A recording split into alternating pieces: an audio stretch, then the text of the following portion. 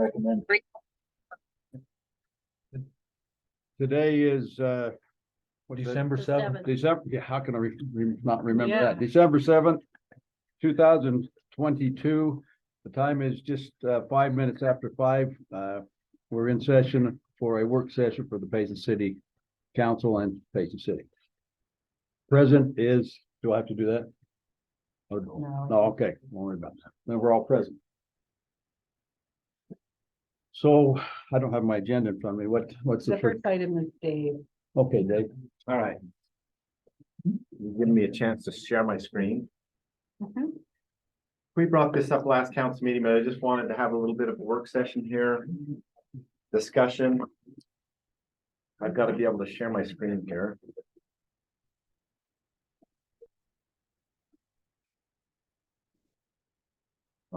Allowing me, yeah. Still showing him as a guest. That's okay, but he's in there. Oh, I can't share my screen. that's nice. Where's that camera? Thank you, Kurt. Oh, it's right there. I used to do. And behind Bob's head. That's the old lady in the. I've done the same thing. Boy. Got the head of the master of ceremonies sitting at the front of the table. Smaller. You knew.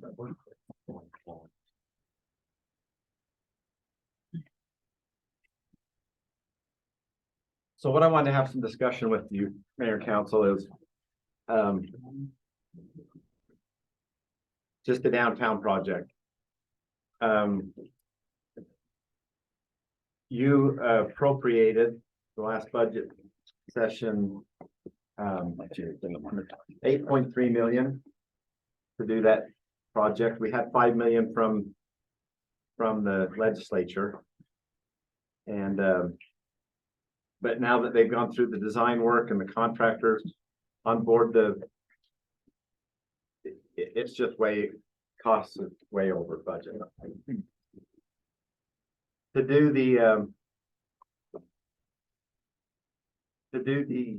just the 2 blocks on Main Street from 100 north to 100 south, and this is CRS engineers estimate, is just under 7 million, 6.9, and to add the landscaping on the top is another 764, so it's about 7.5 million of the 8.3. If you look at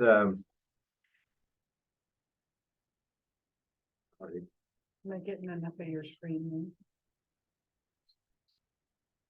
if you go to doing the infrastructure from 100 south to 7th south, they got that as another 8.1 million. So the total of their estimates 15 million.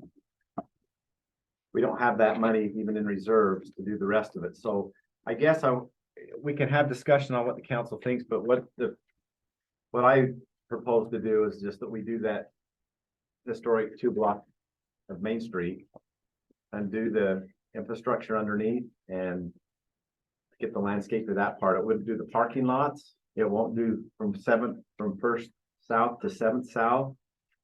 And we'd have to maybe phase that at another time as we can get some money available. Now, we did talk to our lobbyist to see if there's a chance of going back and getting some additional funds. And I think they were hesitant to do that because they're going to the legislature to get a pretty big amount of money on our behalf for that new interchange. At least partially fund that and the Nebo Beltway that goes up to SR 198. So they didn't want to throw that out to the legislature. Hey, we need some more money here because the way the legislature does it. Oh, well, we won't give you this big amount of money, but we'll give you the $12. Yeah, we'll give you the little bit over here. And so the thought was they would kind of keep that in their back pocket if things started, depending on how the interchange will go. But I just wanted to bring it back to this body because it's a lot of money and you guys are involved with that. Are you okay if we just do the 2 block with the money that we have and go as far as we can get it? That would be my suggestion, is that Or- we do that. We've talked so much about it and, As failed it long out. as we get everything done in that 2 blocks underground. I'm not so worried about the landscaping. Well, the underground has to be done. Yeah, if we get the underground done, I'd like to see us go as far as we can with underground, and if we skimp on the landscaping, that'd be my choice.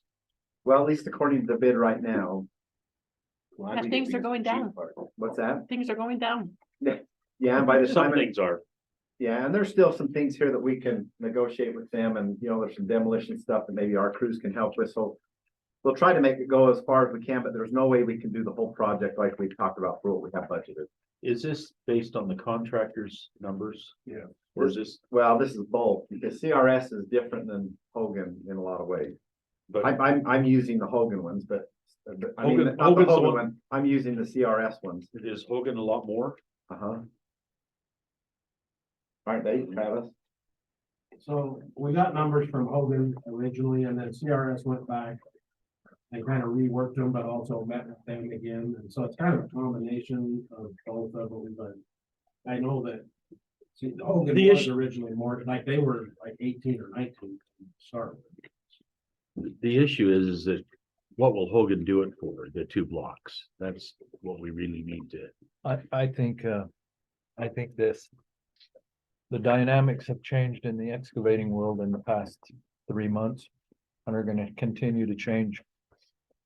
There's excavators out there that are coming to the end of projects. That 3 months ago, 4 months ago, when they even considered bidding it. Right.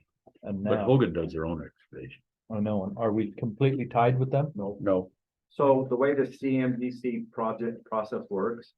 is- there's an off ramp. Yeah, we paid them to help with the design work with CRF. And then that would have to give us a not to exceed cost, and if we're good with that. We can move forward. If we don't like that cost, we can put it out to bid. I'm not good with the cost. I think we need to be competitive. I mean, these dollars, we fought for every dollar of this $8.5 million. And it's sacred money as far as I'm concerned. Well, There is a, we get it all done. Yeah, there is a big disadvantage of going out to bid, and that is that Hogan actually has opened their book to us totally, Mhm. whereas another contractor will not. They will, you will not have that off, you will not have that to see. And so well, but we're the not. disadvantage of taking a CMGC and putting it out to bid Mhm. is that you're not guaranteed a better price, and Hogan can rebid at whatever price they want.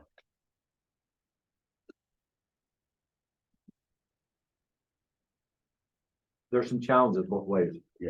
I'm just throwing it out there. No, I don't.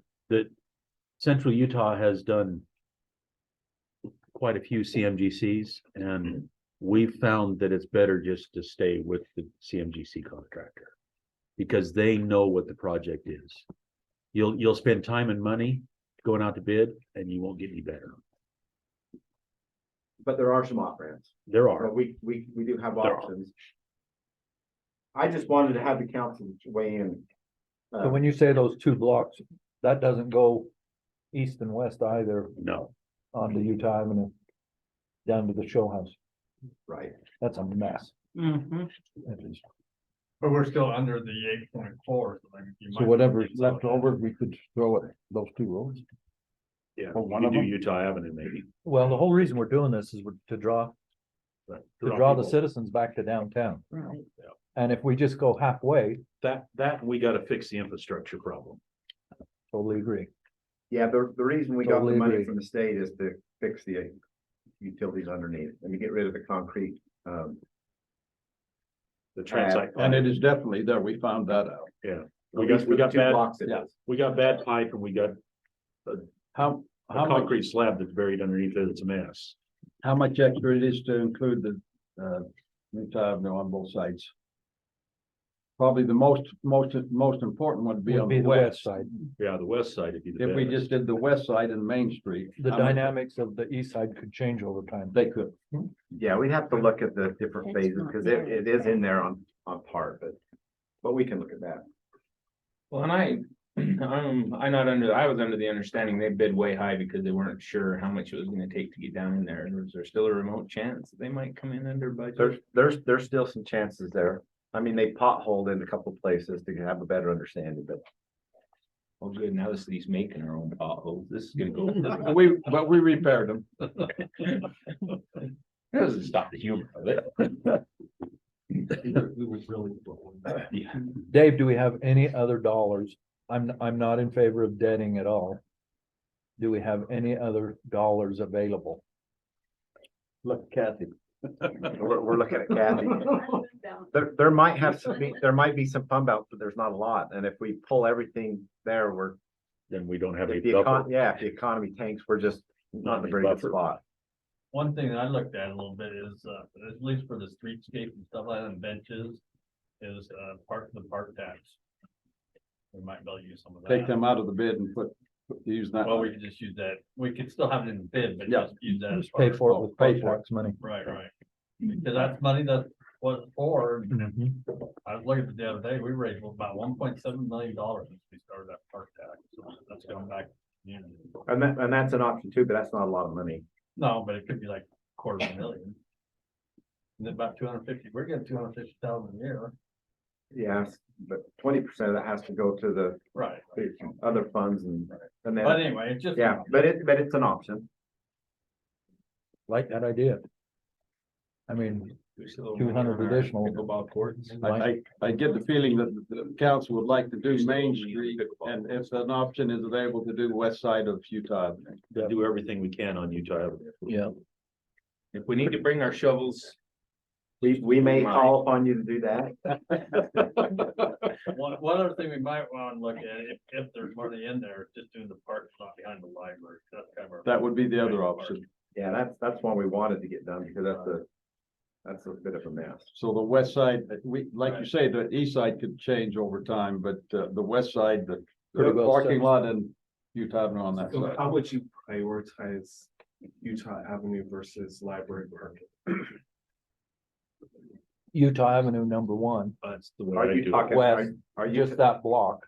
are you talking just the streetscape or all the utilities underneath? Well, I'm Well, it has to with be Kurt, done. we gotta do the underneath You part. do the underground.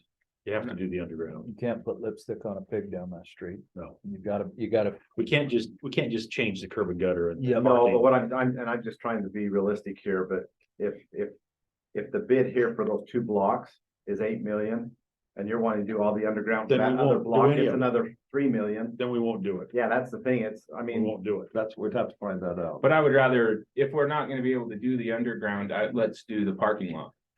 well, But do we know what's in the underground on Utah Avenue? number one, there's no concrete underneath Yeah, that block. right, No, that it'll would be cheaper. Be a lot cheaper. I'd like to see what it would cost to do that. Okay. The one And thing we then- wanted to do is make sure that is, we're far enough along. We just finished the design and then we might have to phase the project.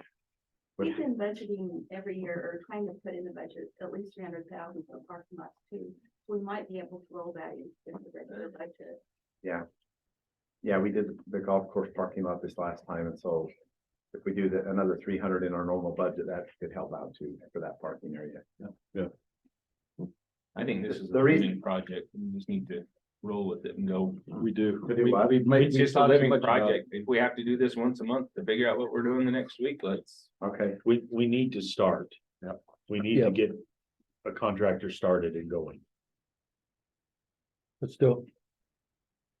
I'm hesitant, always in the back of my mind is a $65 million. Dead Sewer horse plant. sitting down on North Main Street.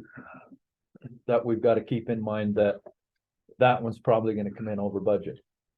Before we even dig a hole. There's no probably about that. don't say it, Bob. There's, But somewhere. there's no probably about that. Pat's Job's on the line to keep it under 70.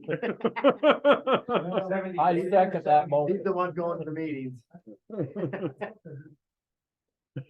I know. Well, but in the back of my mind, we gotta be cognizant.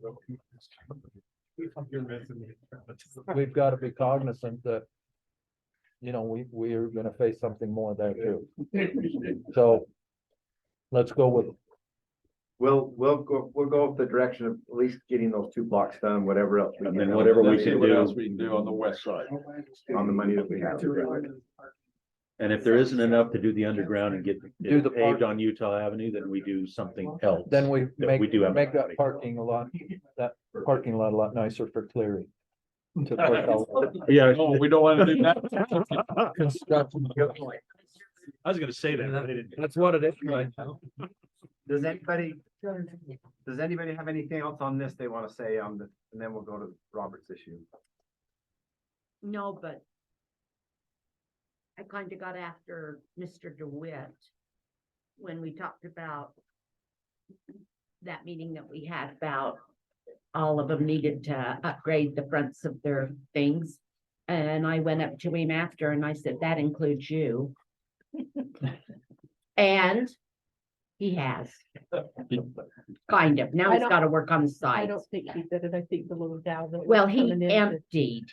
emptied Out that the crap. building. Yeah, Oh, and there He was a actually ton. rented it out. and let somebody He use did. it after. he did. Well, that's where he was keeping all the stuff. I mean, that's know. why. It was I know. just roads back It there. was. Good job. I think if we do this, it will come. It will bring what our desired effect is. Next city council, let's put on the agenda, we got from the architect, the kind of concept for the food hall, we'll have to bring that to you, it's pretty. Is it me? Yeah. One other question on downtown. So there are some cost cutting things we could do on the streetscape above. But if you want everything that we've had in there, the one that comes to mind is the water feature. I'd say scrap it. It's pretty expensive for what there is, for what it does, but it's a feel good thing up there, but. So I don't know if you have any comments on that. I think if we possibly can do it, then we should do it. I think you the know. water feature's a huge part of I the think that's gonna success be a of draw. So do I I. do too. I just think it's what makes us unique. Yeah, I I hear like that, the I idea hear of that a just lot. using the water that's there, They say that's what's gonna set you apart. So that's the water department's responsibility, right? Maintain it. Not the park, putting it in the park. Park, right? Maybe that's where the park tax could come in for, I think the water people probably get one. I don't think. We don't have a water department tax. No, I'm talking the park. The tax. park, I know, but it's a water feature, not a park feature. That's what Tracy's trying to emphasize. The parks will take care of it, not the water. No, the water department will take care I think the water department's more than fine to take care of the water feature if they're paid for all water used on the golf course. Okay, if we're gonna go down this road. Just kidding. Careful what you kid about, huh? Okay, no, that's fair enough. Thanks for your information. And I can turn it over to Robert. I gotta take this call on our survey. Oh. See what's happening to it? That's what I figured the council. Just know we're gonna need some time to get back. Hey, you're never living that down. Now we gotta get church. I'm working on it. I just want Robert Mills stated and everybody did. That would be nice, wouldn't it? That's what I did. It'll be Robert Mills. Check mine. Stated, I didn't say that. Yes. Plausible deniability. No comment. Okay. As Am I the good? attorney, he's taking it there. That's all. Okay. Just flash it by, did you chat from? So this discussion. And I'm gonna ask Councilmember Christensen to jump in at any time. He brought this to my attention. So. Well, it was, you more brought it to my attention as I was trying to do things.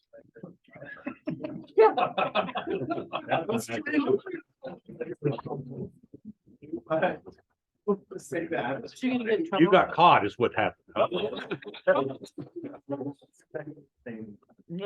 According to the Fifth Amendment of the Constitution, no.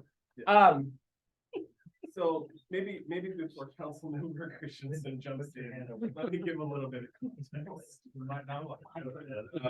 So to that, we're gonna be talking about home occupations, but also how they might apply to accessory structures. So I'm gonna give you a little bit of context, one of my favorite words in planning, and then ask you some questions. So section 13 of 1334 of our code talks about home occupations. These are just some highlights that we have up here. The primary purpose is of a residential zone is residential. But we do allow for activities that can support those residences, and home occupations are one of those things that can be.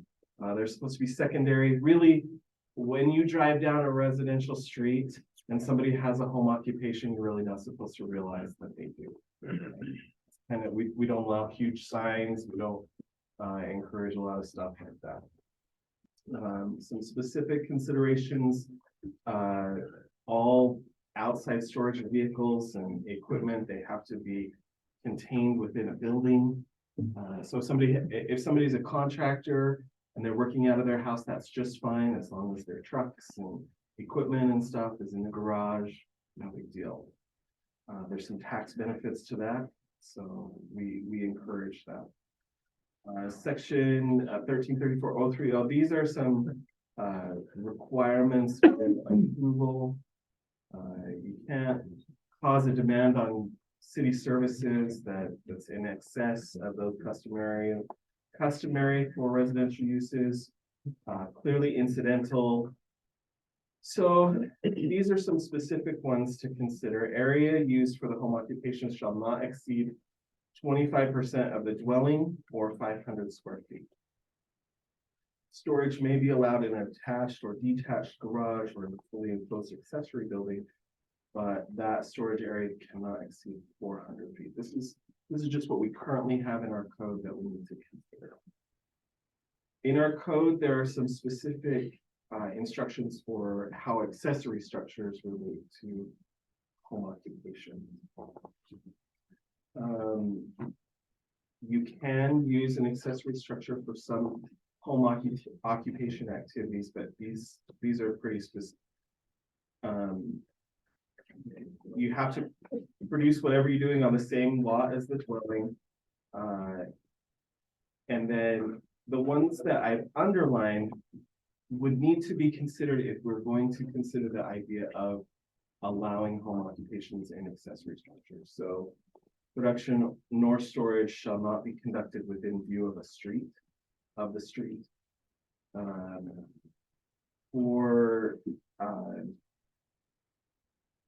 They can't have frequent patronage. The home occupation license will be terminated and the business will need to be moved to an approved commercial location if production or how many people are coming to your house exceeds that of something of a normal residential unit. Basically, you can only use the accessory structure for storage of the product, but you can't store stuff that's not made on the site. You can't use your accessory structure as a showroom or a place to conduct business, and then customers aren't allowed in that building. And then this last one, the square footage of the accessory building will count towards the maximum square footage allowed for the home occupation. So that 25% for that 500 square feet. So these are just, again, this is what our code currently says. And so with this, does the council want to talk about the idea of allowing home occupations to be entirely conducted or mostly conducted in like an accessory building that's on your property? It's not necessarily attached to your property, or not necessarily attached to your house, but maybe you have a small garage or a small shed that you fix up, and that becomes your primary business at the home, so it's no longer in your house, it's in that building. And so at this point, I just want to get your thoughts on that first general question. And my question would be, how apropos are our ordinances governing now? Do they need to be revisited, or are they out of line, or are they in line with other communities? Well, they're definitely in line with other communities. I mean, if you think about, if you kind of think about the purpose of a residential zone is to protect residential uses and things like that. I think the line here to really consider is how impactful something like this be on a residential neighborhood. In reality, maybe having I mean, we live in a tough economy. It might be a way to support people's incomes and support their situations. And we have to be cognizant of that. On the flip side, it would probably be difficult for a residential neighborhood to support a business that is, you know, just thriving and has tons of traffic coming to it and stuff like that. So the idea has always been to support home occupations to the extent that you don't become so impactful to your neighbors and to the rest of the services. Is there something we could guard that with if it becomes too much of, too many visits to there? Is there a thing that we could say, well, you reach this point and you got to move out of the neighborhood? Well, and that would be kind of up to you guys to determine what is that threshold. This is, right now, our threshold is you can only have it inside your house. That's where you conduct the business. You only get to have 25% or 500 square feet. So somebody before all of you decided that that was the threshold. And now we're just revisiting that to see what threshold all of you are comfortable with. Or if you want to change it. Here's a couple of things I'm thinking about. There's a lot more online business now. So if you have an online business, you have an accessory building, you could make your stuff there and sell without having people coming to your business. You wouldn't even know it's there. And we wouldn't, that wouldn't even apply to this current discussion, because we would allow that. We would allow that accessory building to be part of your storage. Can't Right, manufacture. well, I'm saying you can make your stuff in that. Yeah.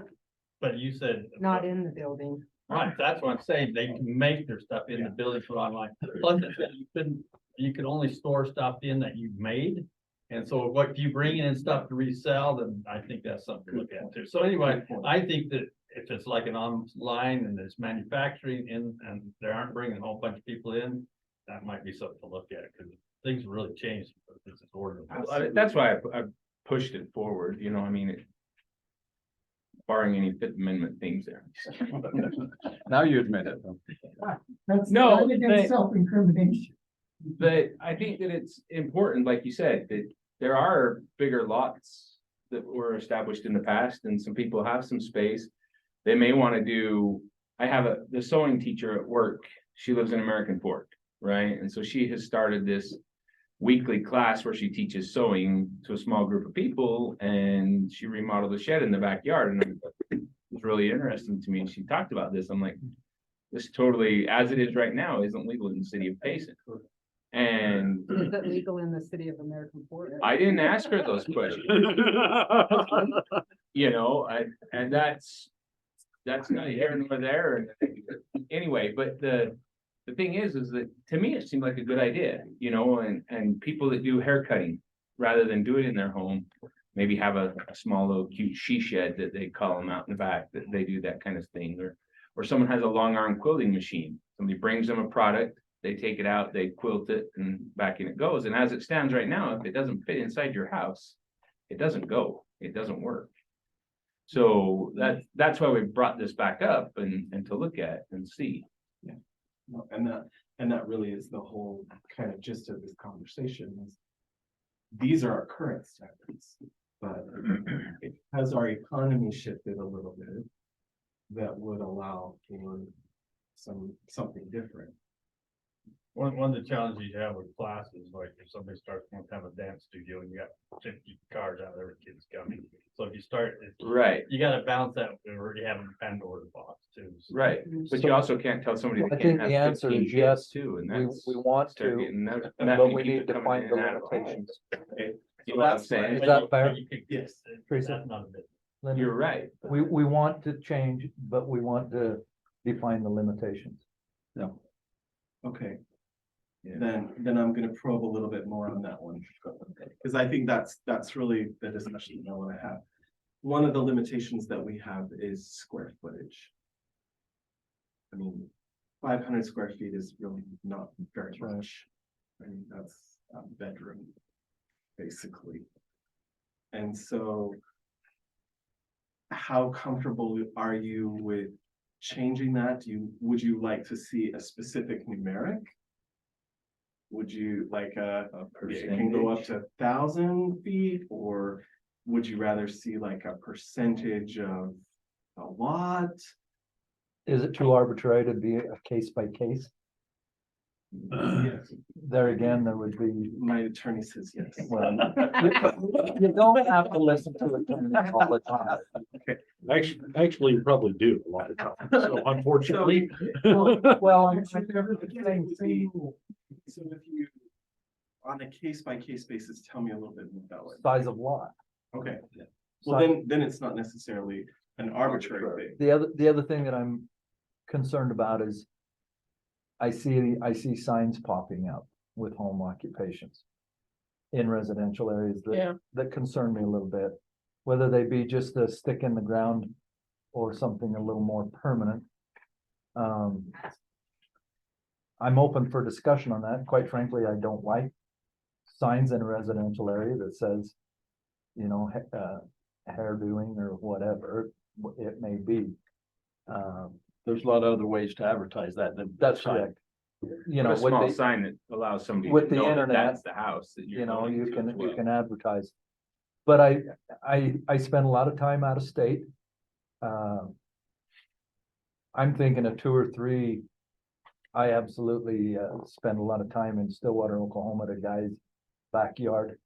He's a saddle maker in his backyard, meaning he's got a nice shop. He's got 3 guys and they make saddles. It's the coolest thing to go sit there and listen to those Okies talk and make saddles. I'm thinking of that. I do think land size could limit or increase. What is the other, what do you guys feel like? Employees was another. Yeah, that's location, another employee. Wasn't it? Well, Yeah. employees is in there, but let me explore land size just a second. So say you did 10% of your lot. If you had an 8,000 square foot lot, then you could have 800 square feet of a building. Is that kind of the ratio that you're thinking, or like? Well, I mean, say you have a half acre lot, Yeah, that means you can do 20,000 square feet. Right. I mean, or 22,000 square feet, 2,000. Yeah. 2,000 square feet foot building. in 10%, and that's. on a half acre. Or Well, do you- a or half you do acre. like That's like a 10% of the house. two? Yeah. Like, do you cap it? Well, I don't think the 500 is a bad number, in all honesty, as the top end. Well, what if Think, you have just? think about a 500, it's, I don't have to think about it. I What know how big. what if you have a 500 is. shop? Yeah, Like, 500 is- Seriously, what if you have a well, it's 20 shop by 20, and you small, turn it yeah. into 20, a business? you know. I mean, by it's 22. gonna be probably bigger than what we say it can be.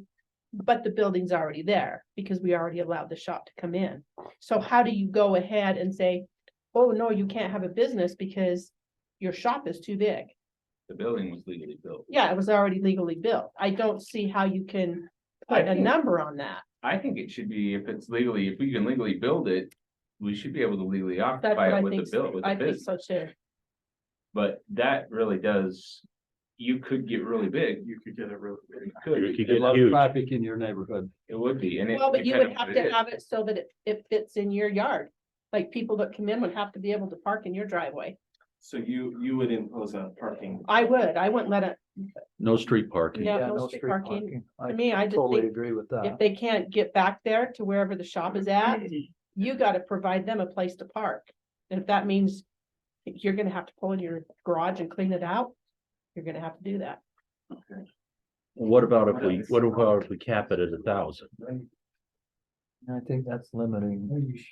1,000 wouldn't be limiting Well, but for I'm most, thinking- for most residential. Think about it. If you're gonna have 1,000 foot, you gotta have, and then you say it's 10%, up to 10%, or 10% of the lot size. And 1,000 foot is the cap. That's a 10,000 but square you're- foot lot.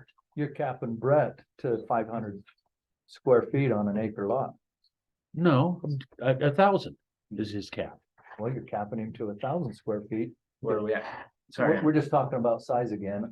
So we talked of a half acre, I'm talking of your acre, Acre and a half. acre and a half. So So how, I- what would he be allowed to build? Well, Yeah. at 10,000 square feet, he'd be able to build something 6,000. So if you Or had- 10,000, if you had an 10% would acre be and a half, 6,000 that's square feet. 6,000 square. Okay, So one thing to And look you're at. okay with I'm okay with whatever's legal Yeah. on their property. I'm not. I think that's way too big. One thing to look at. Because if you have that big of a facility, in my opinion, you're going to have a lot of customers. But You're gonna most have a lot of people there. Most people Well, I aren't mean, gonna build and- that big of a shop. Unless they're gonna do. Yeah, but if we cars have it on in- their own- But if we have it in our ordinance, it can happen. Yeah, I can see how it will could happen. One thing to look at is, once you get to a certain size, you ought to be going into a business park. Exactly. Lots of places to rent. And that's why I'm saying 1,000 foot is probably, that's probably fairly reasonable. I just, when I start looking at caps, we rewrite this, we put it back in there. I worry about some businesses that are out there. I know there's a few guys out there that run some mechanic shops in their backyards. They'll have a little bit of problems with them. You kind of open in a can of worms. Cabinet shops. There's some of these guys, I know that S&J Cabinets is a prime example. He did it out of He his house. did it out of his garage for a long time, and it was actually in an auxiliary building because I bought my white belt sander Out from of his home. Scott Jewett Till he got, until he got big enough, and look at what he's done to the community. Because he's here, he's supporting, he's got local workers and things But he of that started nature. out small, He which did allowed start out- people to start out small. Same thing with And- Dan Thomas. He ran Yeah. into that. Amazon and Qualtrics were home occupation. They were. Yeah, they were. And But that's- what all of them moved to a And bigger when, location. They did. when they got too big. At a certain So point. that's, We gotta that's where determine that we point. really establish, I need to know where what is you're that comfortable bubble? with. when they And burst that's that why I say bubble? we need some sort of an upper limit, and when they hit that point, then they've got to go someplace else. it's Yeah. too big, they'll be comfortable forever. That's right. Yes, Yeah. because it's cost effective. Yeah. Probably ought to limit it.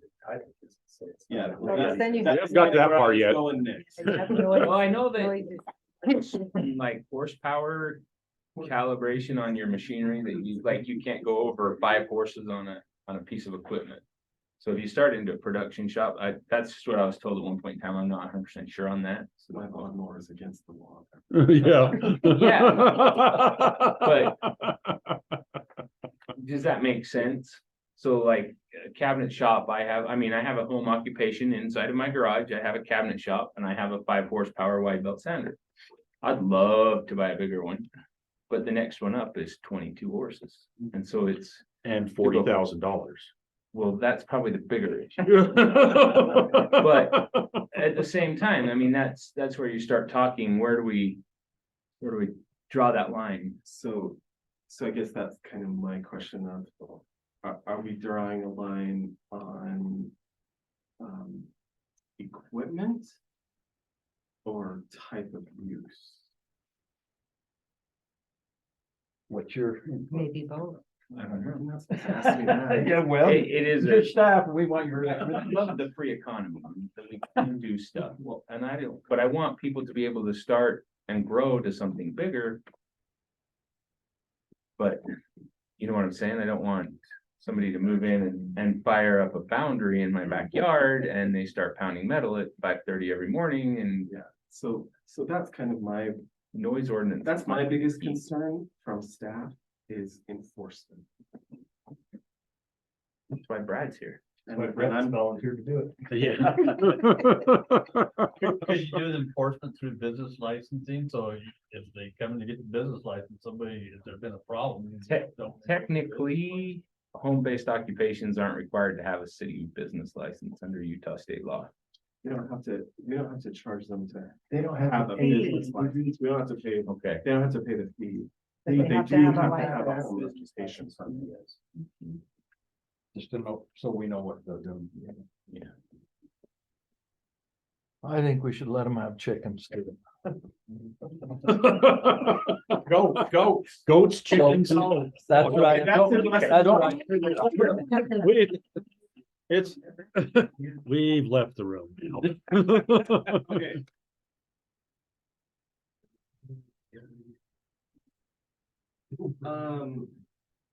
There's a provision in there that says that you can't, from the street, see the home occupation, see the accessory structure.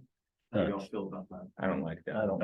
I don't know that that's necessary. know. Some of us live on the bottom of I the hill. think I that don't- that's super draconian. Right, yeah, I think that's silly. See everything Because from that- drone. I mean, I think the only thing you want to caveat, no, the outside storage can't be seen. As long as I can park my drone out on the street and see everything. Right. I worry a little bit about that because like you said, the contractor. I mean, it's pretty tough when you've got a truck and your wife uses the garage for a car and, I mean, you normally would park your work truck outside, but because it's your home occupation, you can't put that truck out there. A little bit of a gray area to me. To me, that one's give an inch and they're gonna take a mile. They're gonna take 100 miles. Yeah. And if you are at the. That's point where you discretion don't- is the better part of valor. Yeah, where you don't have the ability to house your equipment. That tells me that you're too big for a residential. Mhm. Yeah, I would agree. Okay, if it was worded to have the ability to house your equipment, that makes sense to me because I mean, yeah, you could maybe get the truck in there, but you probably don't because it's somewhere else, but you have that capability. And if they came to you and says, put it away, you put it away, but I don't know. Just food for thought. It doesn't affect me. I'm just No. trying to think of everybody else. Yeah, I 'Cause mean, I know if we're gonna there's- open this can of worms, there's gonna be a lot of discussion about it and. But it's good. Yeah, I mean, I don't know. So that one's a tough one for me because. I mean, my cabin, I used to have a 16-foot enclosed trailer. There was no way I could store that inside. I didn't label it. You couldn't tell what it was, but that was my utility trailer to move kitchen cabinets. So, and it wasn't an eyesore. I think as long as it is in Brett's kitchen cabinets. We just call it Brett's trailer. Yeah, well, I'm just trying to cross all our T's and dot all our I's. Because there's an attorney in the room. He wasn't here, you went He across was from the he dog? was listening to you. I know. But what Any other thoughts on this? I like the fact of no parking, that affects the street. That affects the, no on-street parking. hang on just a minute, I'm coming up with the verbiage. That, so we already would require 2 parking stalls per home. I don't like the fact that people can park in my garage driveway. In other words, I don't favor parking in garage driveway. I'm thinking of little kids. So technically, It's- we would count a garage and a driveway as 4 stalls and you. I don't favor that. Okay. I just think of little kids. And we're talking residential. We're not talking a commercial area, we're talking residential, and so I don't like the fact when we say if they do have a couple employees, they have to park off that we already deem that a home has to have, in addition to. That's what, is that? That the verbiage makes sense, but I mean, With a parking ratio. to me, if somebody Yeah. pulls up to pick something up from, somebody else. XYZ Corporation. XYZ Corporation, and they pull off the side of the road, which they could legally park there any other time, and they're there for 10 to 15 15 minutes. minutes, I don't think That's that not would a be a problem. violation of That's any not a city problem. laws. It's with that guy that pulls out there, well, I've got 35 employees because they're sewing And they're dresses in my working 9 sweatshop hours. in the back, and they're there for 9 hours, and They you've take got all the 35 parking cars up on parked out along the front. street. That's a And different I story. mean. Yeah. That's, So I live across the street from a dance studio. And I've tried to be the best neighbor my whole life because I built the dance studio. I don't own it. I built it. It's gone. The people that own it now have been over backwards. They paid the big dollars and bought Strawberry Highline. They put Property. wonderful parking. People still park in my driveway and in front of my house They do. continually. Yeah, it's just, 'Cause it's it's just easier. human nature because it's You want to easier, be It's closer simple. but it scares me to death because of all those little kids. that run across the street, especially when the people pull up in my I live on that T street. And they pull up in the driveway and they're just sitting there for a few minutes. They really. And I know got their driveway. grandkids next door that come all hours of the day, even midnight, to my house. Have you gone over and talked to her and just I said, have. please tell your parents? that Yeah, they need and to-" they have, but it's these mamas and daddies that are in a hurry that just want to pick up their kid and be gone. And so I'm trying to be the best neighbor I am, even in my old cranky age. Till It's the people are being really selfish because They she are. did buy that great big. they are. And What she- ticks me off even She had to more pay a right lot of now money for it. is my Mickey Mouse and all of them Christmas decorations come up at 5 o'clock. And it starts letting out at 5:30, and so they block all my Christmas. Well, they wouldn't want anybody to pull up in their driveway. No, they wouldn't. And if you went out and I used to go out and say, hey, don't park in my driveway. I'm beyond that now. I just let it happen. The Yeah, kids, but you shouldn't have to. the kids spent a lot of money putting that parking lot in this past summer. They did. And I mean, it's wonderful. But the only people that use that are the staff that's there. The parents still park along that full street on both sides. Bob, put a sign up that says, parking $5 in it, every 15 minutes. I've even went out and put for sale signs in. The cars? In the cars, just put for sale signs on their windows. And you know what phone number I've given them? The police department. We sold a few, that's how we. That's how they paid for their firearms this year. You toes and they quit. That's how they got their firearms. I'm beyond being cranky anymore. Yeah. Well, this is giving me a little bit of direction, a little bit of confusion. Maybe Bob, look at I just can't some of believe the, they pull in his or Robert, driveway. look at some of the other cities in the area and see how their I was ordinance is written Glad to see that. for she the same thing. added all that And, extra. and get some ideas from that as A well. blind eye has been turned to it in most Well, and this is- communities. that's probably, I mean, most cities that I know of, the home occupation is pretty closely tied to the actual dwelling. Right. And so we already have some provisions that allow for accessory structures, and I think that's good, actually. Right. I don't really have any major concerns about that. My concerns mostly come in size and type of business, and so this is the last one I'm gonna ask, because I know it's gonna come up. Auto body shops, mechanic shops. That's the one we have the most complaints. Yeah. Is that because they don't And keep they the are out lane? there right now. Because Two mechanics. Cars, cars. Yeah. There are too many vehicles parked around. If you don't allow outside storage and that. I think. That's a hard one. Yeah, that. That's Not tough. necessarily, because they just come in, they just open up regardless, whether it's legal. I think you have to keep the size, a certain size to keep it managed.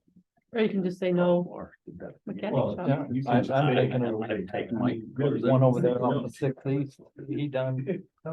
I think Whether or not that's followed is a different story.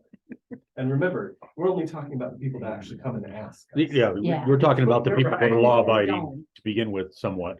I don't have a problem as long as we limit the number of vehicles. Like one, Yeah, that's what I'm saying. The one they're vehicle. working on. meaning if it's a mechanic shop, one or two tops off the street. And they're just doing it good. part-time. It's not like that's not Yeah, their most full-time of job. your mechanic shops that would do it in the backyard. Carl Bar has another day job. For a while he did. Yeah, for a while. For a while, but Yeah, yeah, but he never had any more than one car at a Yeah. time. You ever have a permit? I'm gonna play. I don't think he devil's had, No, I don't think he you did. did. I don't think he did.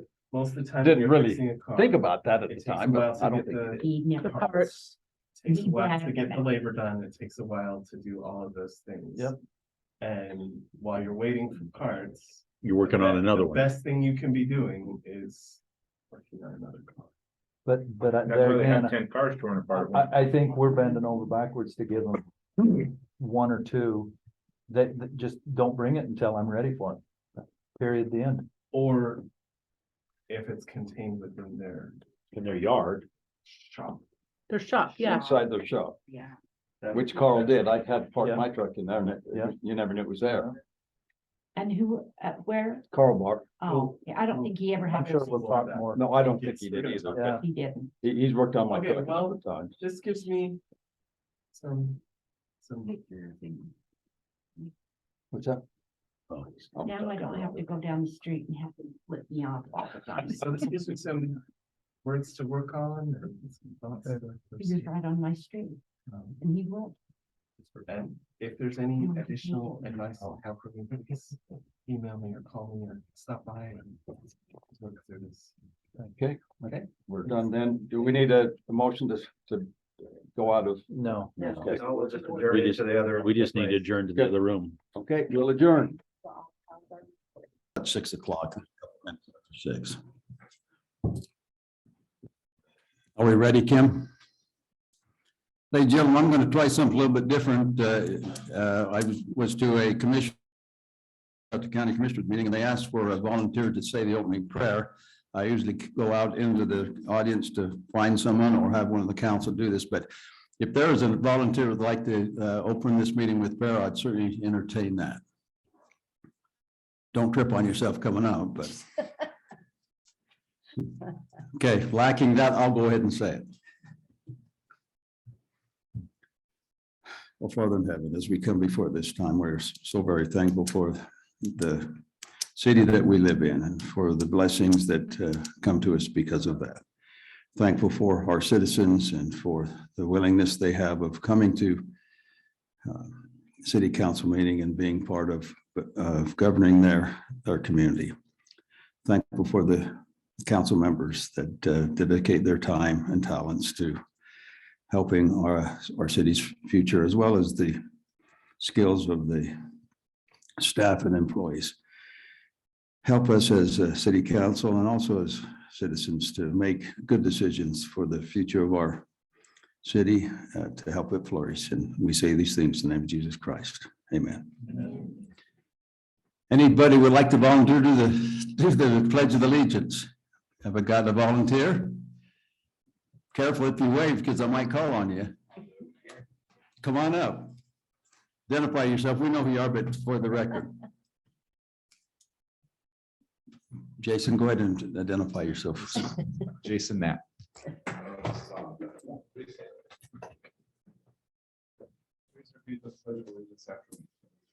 I pledge allegiance to the flag of the United States of America and to the republic for which it stands, one nation, under God, indivisible, with liberty and justice for all.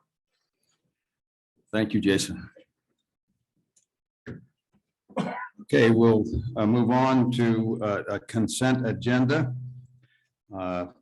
Approval of the November 16th, 2022 City Council minutes, resolution, City Council annual meeting dates and times. Number 3 resolution, I'd ask the council to table this resolution and withdraw it from the consent agenda, which is the land lease agreement with the new cellular wireless PCS LLC for property located on 955 South Main Street. So with that one exception, if you agree to table that. Mayor, I make a motion that we approve the consent agenda, tabling the resolution for land lease agreement with new singular wireless located at 955 South Main Street. I'll second it. Okay, we have a motion and second, and a roll call vote started with Council Hyatt. Yes. Council Proscard. Yes. Council Carter. Yes. Council Beecher. Yes. Council Christensen. Yes. Thank you. Motion carries. Going on to D petitions. CTC Mayor's Youth Recognition Award. I understand Dave's going to do it, and I'll be down in a second. I don't know if this works. I guess you have to get close. So Mayor and Council, Kim was not able to be here tonight, so I told her I'd love to fill in. We have three students to honor today, the mayor's recognition. So we'll do them in order, and if we could have Lucy Alexander come up. Come on, Lucy, come up, stand by the mayor. Here are a couple of what her teachers have said. It said she was nominated for school award by 2 of her teachers at the same time. Mrs., if I say this right, Mrs. Lukow said that Lucy always shows up to class ready to learn. She is a fabulous student and a nice person. When I think about Lucy, the word peaceful comes to mind. I love having Lucy in class. Not only that, she looks out for other students. One day she came to class to tell me about some rude things two students had done to another student in their group without my knowledge. This allowed me to talk to these students about choosing kind behavior, bullying behavior. Her comment was, I can't sit by and watch the girl being picked on. And Mrs. Reber said that she is a great library aide who is always willing to do whatever I need her to do without ever complaining. She's positive and thoughtful and just fun to be around. Mrs. Van Osdell said that Lucy is a hard worker, willing to help, and always kind to others.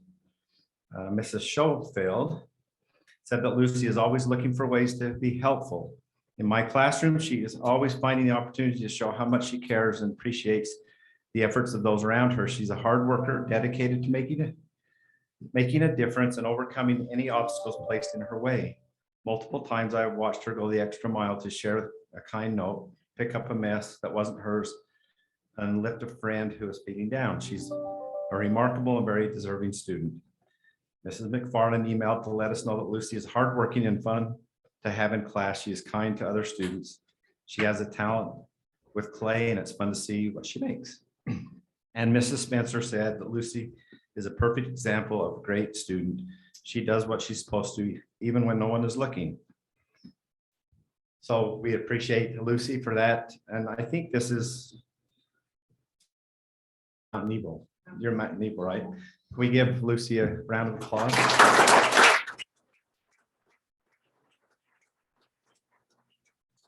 Stay up here.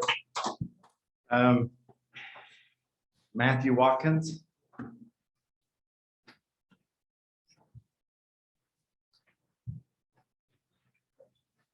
Mr. Arnold, who teaches Matthew in video production, said that Matthew is not just a good student, he's a great student.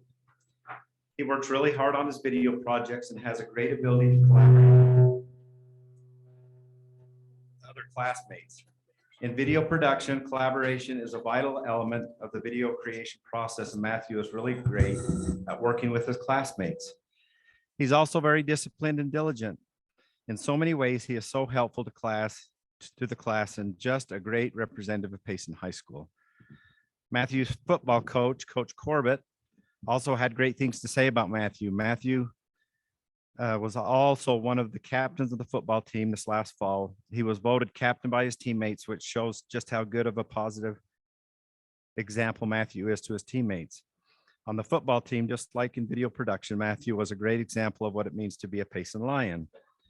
Mrs. Lott's, a counselor at Payson High, was also very complimentary of Matthew and is the Payson High employee who nominated Matthew. Mrs. Lott's commented of how impressed she is with Matthew's service in and around the school.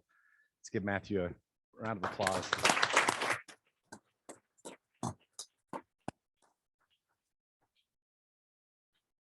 And Gracie Raff.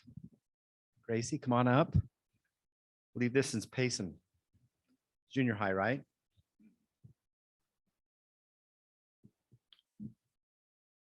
One of her teachers said, Gracie, since day one of being in my class last year, Gracie has exemplified school spirit. She is a grateful, responsible, respectful, and resilient. She carries a positive mentality about her in all situations. She is the kind of student who will go and sit with someone so they're not alone. She is the kind of student who to offer her jacket if she sees a classmate is cold. She is the first to jump in and help when she sees a need.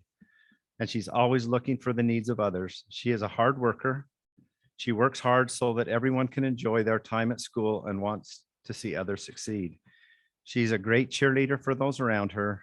She doesn't see competitors, just friends on the same journey. Let's give Gracie a round of applause.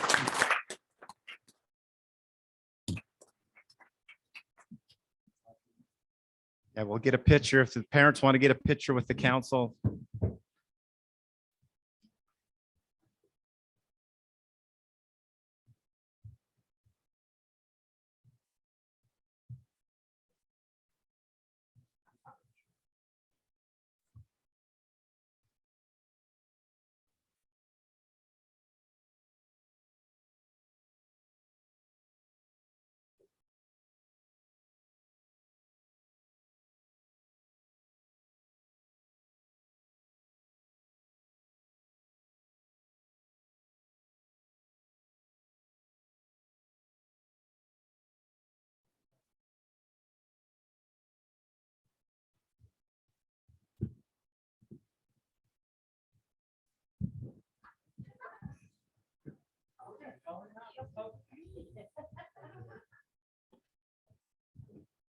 Give them one more round of applause, if you will, all of them.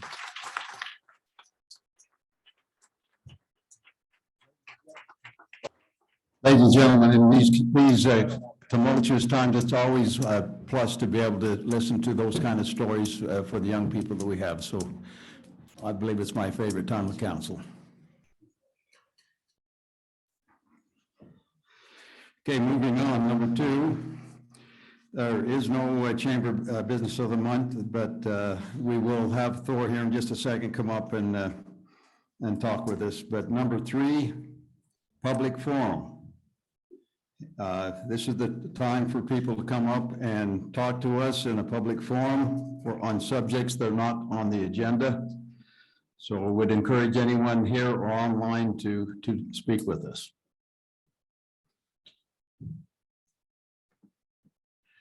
Not seeing anyone standing up to come to speak with us here. Is there anybody online?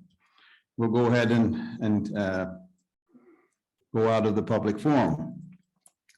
We'll move on to staff reports, but before we hear from staff, I'd like to invite Thor from the chamber to come up and speak with us.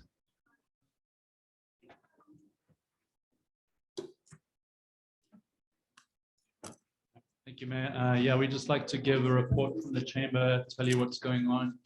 And we actually hired a new executive director, and so that's Jim Rowland. And we took a while to kind of hire him on, and I think we believe he's the man for the moment, and we see a lot of growth coming. And so we really want to have the chamber more active with the cities and in the community. We are going to be instituting, it's called an ambassador program. We're going to assign different committee members and really go out to meet our members of the chamber or the businesses and really get to know their needs. And so we're really going to kind of be more active in that. And then we do have our awards banquet dinner is going to be on the 19th of January. It's going to be at the Clarion. So that'll be on the 19th of January at the Clarion at, I think it's at 7 o'clock. So yeah, we're just really excited. Next year I'll be president. And so we're really excited for the growth and really taking the chamber to the next level and really increase our membership and really find out the needs of the community and the businesses. Thank you very much. Thank you. Thank you, Thor.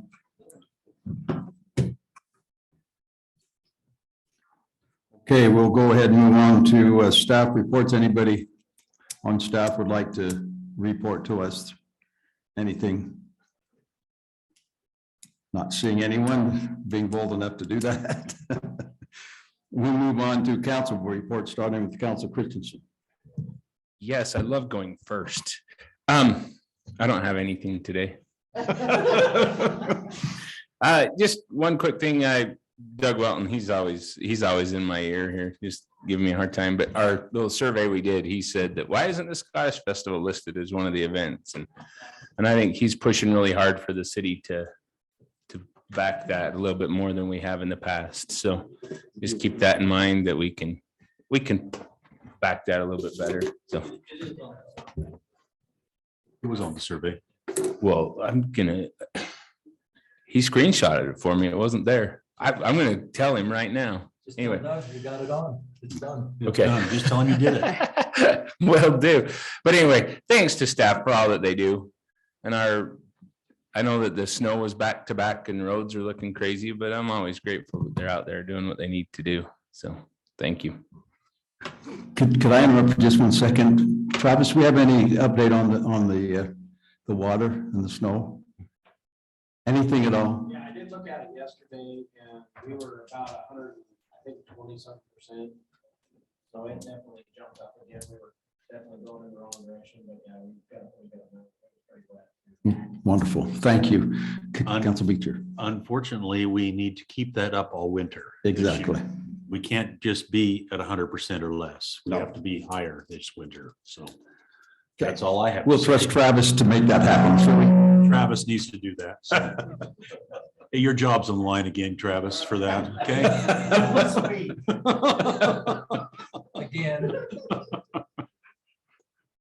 I don't have anything Okay, else. great, thank you. Linda. I just want to thank the city and especially the city workers for all the work they've done getting up our Christmas decorations. The city looks so good, especially with some of the new decorations that we got from our good friend. And we really appreciate the city for all the work that they've done. I'll just do real. Sorry, I'll stand back here. Real quick addition to that, I have had the opportunity to put a mayor's message in our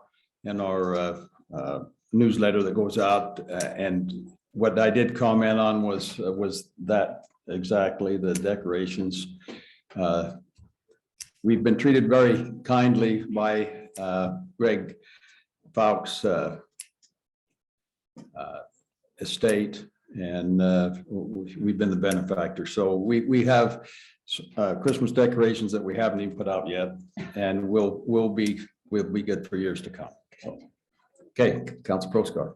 Thanks, Greg. I think my favorite part of city council is seeing those young kids Yes. come up and hear of their success stories and to know that we've got wonderful kids. I've received several out of their way messages talking about how beautiful the Christmas decorations are, both on the 8th South and the Main Street. I think they're awesome. So I too am grateful for Greg and his estate for bequeathing them to the city. And I just ditto at what everybody said. What else do you want me to say? You already said it. That's the benefit of being last, huh? Okay, moving on, number 5, sorry for the. So I just get it out of my face. Can you hear me now? Yeah. Sound like a TV commercial. Number 5, North Main Street Corridor Project, BYU students, come on up. Could you identify yourselves for us as you get up? Appreciate you being here. Happy to be here. Jackson.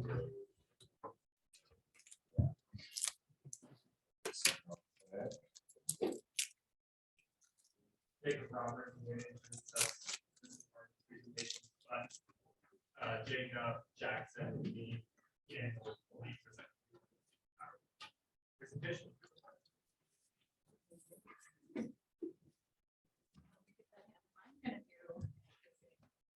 Just want to give some recognition to them, and I think is Dr. Simpson here? He is not. Okay. Anyway, we've been working with the student team from BYU. It's the 510 class in order to, some of you may recall, a couple of years ago, we actually worked with the student team on a visioning project for North Main Street from the highway out to the freeway. And so we had identified sort of the vision that we wanted for that area in order to have more of our small town feel, but how can we maybe integrate new uses there? How can we still make it a beautiful corridor in order to come from the freeway down to the historic area of our community? So now we have this team that's taken it one step further. And so they've taken that vision and they have applied that vision to different principles that we can incorporate into an ordinance. And so we're really excited to have this group of students to share with you tonight what they've been working on all semester. They presented to the Planning Commission last month. It started a dialogue between the Planning Commission and the student team. They gave them some great direction of things that they could incorporate into their plan and their presentation for you tonight. And then they're hoping that they'll be able to finalize this project and all get an A in their class, correct? So anyway, it's been a great opportunity for staff to work with them, and I'll turn the time over to Jacob and they will present what they have identified for the transition area along North Main Street. I'm just going to pull up our presentation on the screen real quick.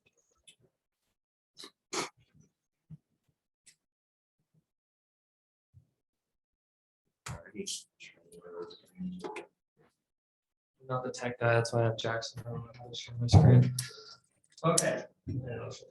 So like Jill gave a little bit of background. We're BYU Geography 510 class, or urban planning capstone class basically, and we got really lucky to be able to work with Payson.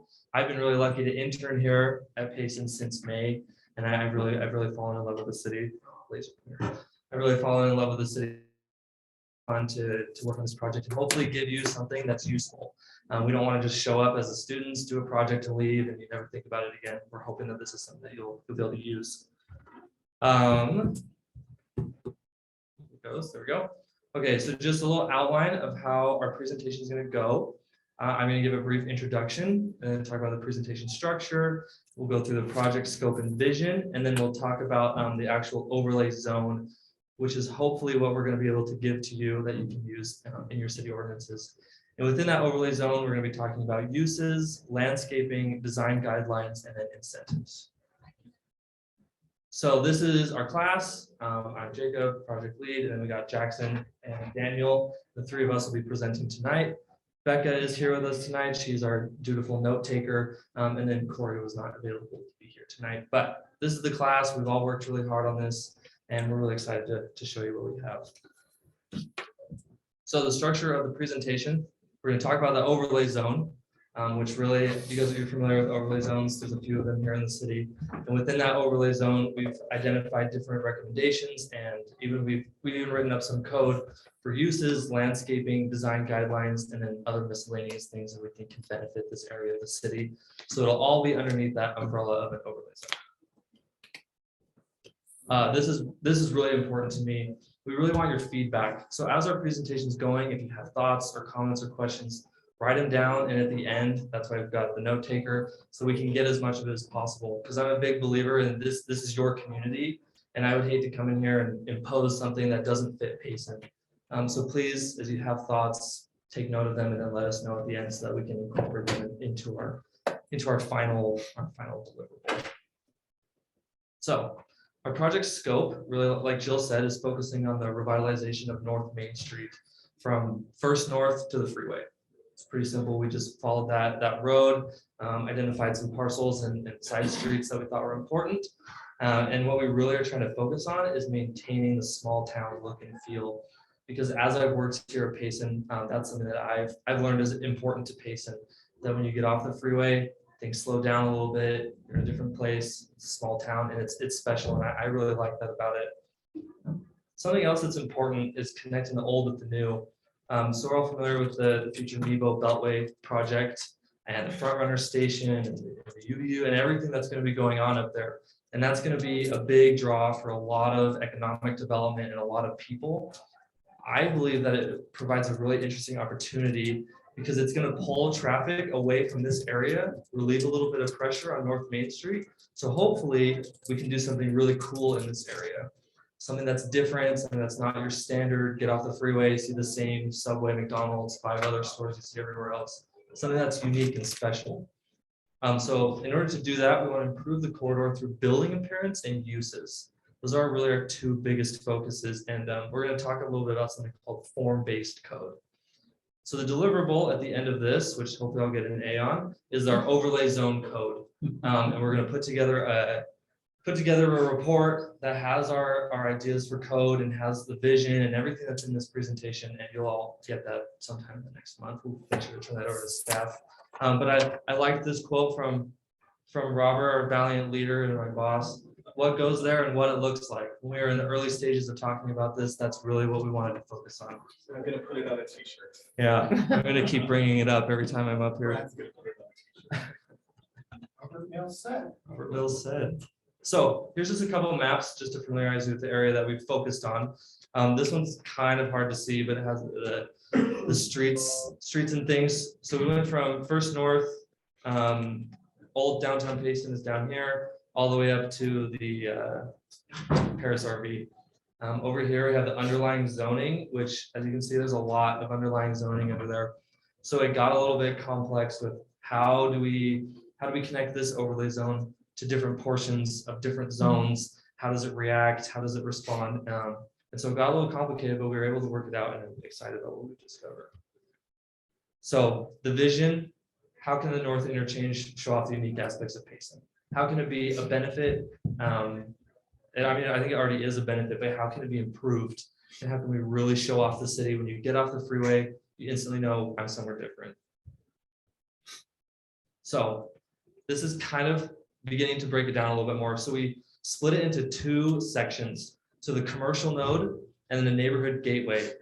And what we feel would be our recommendation for the commercial node is something unique and something that really doesn't exist in this area of the country quite yet. And that's a mixed use atmosphere that's unique to Payson. So now a lot of times when we say mixed use, we think of high-rise buildings, really intense density, residential on the top floors. There's certain things that come with mixed use.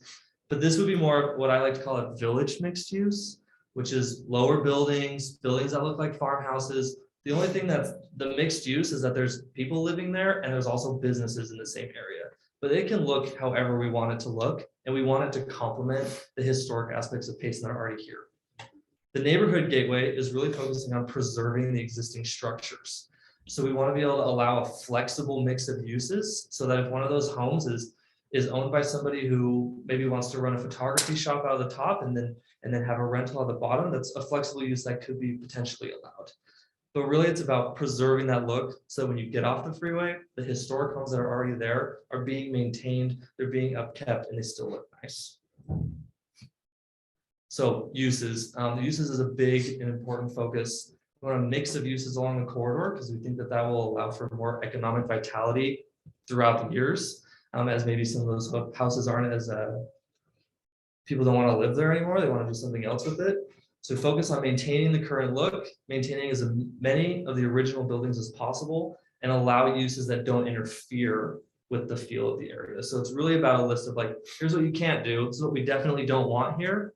Other than that, there's some room for creativity. So after that, we're gonna turn it over to Daniel, who's gonna talk about it. Thanks, Jacob. Moving into some specifics, I'll be talking about landscaping and design guidelines. As was mentioned by the city council, the Christmas decorations look great, and I think that it's awesome that it's connecting North Main to the historic downtown. I think another element that could be implemented and has are plants and flowers that if they're going to be on the North Main corridor, they should also be in the historic downtown. There's going to be new lamp posts and benches in the historic Main Street, and I think it would be nice if those were to be extended down to North Main as well. And then general landscaping requirements, the code is good, but we were looking at codes in other cities that could be implemented just as far as maintenance and requirements for landscaping in neighborhood and commercial zones. One other element that we looked into was implementing drought resistant plants.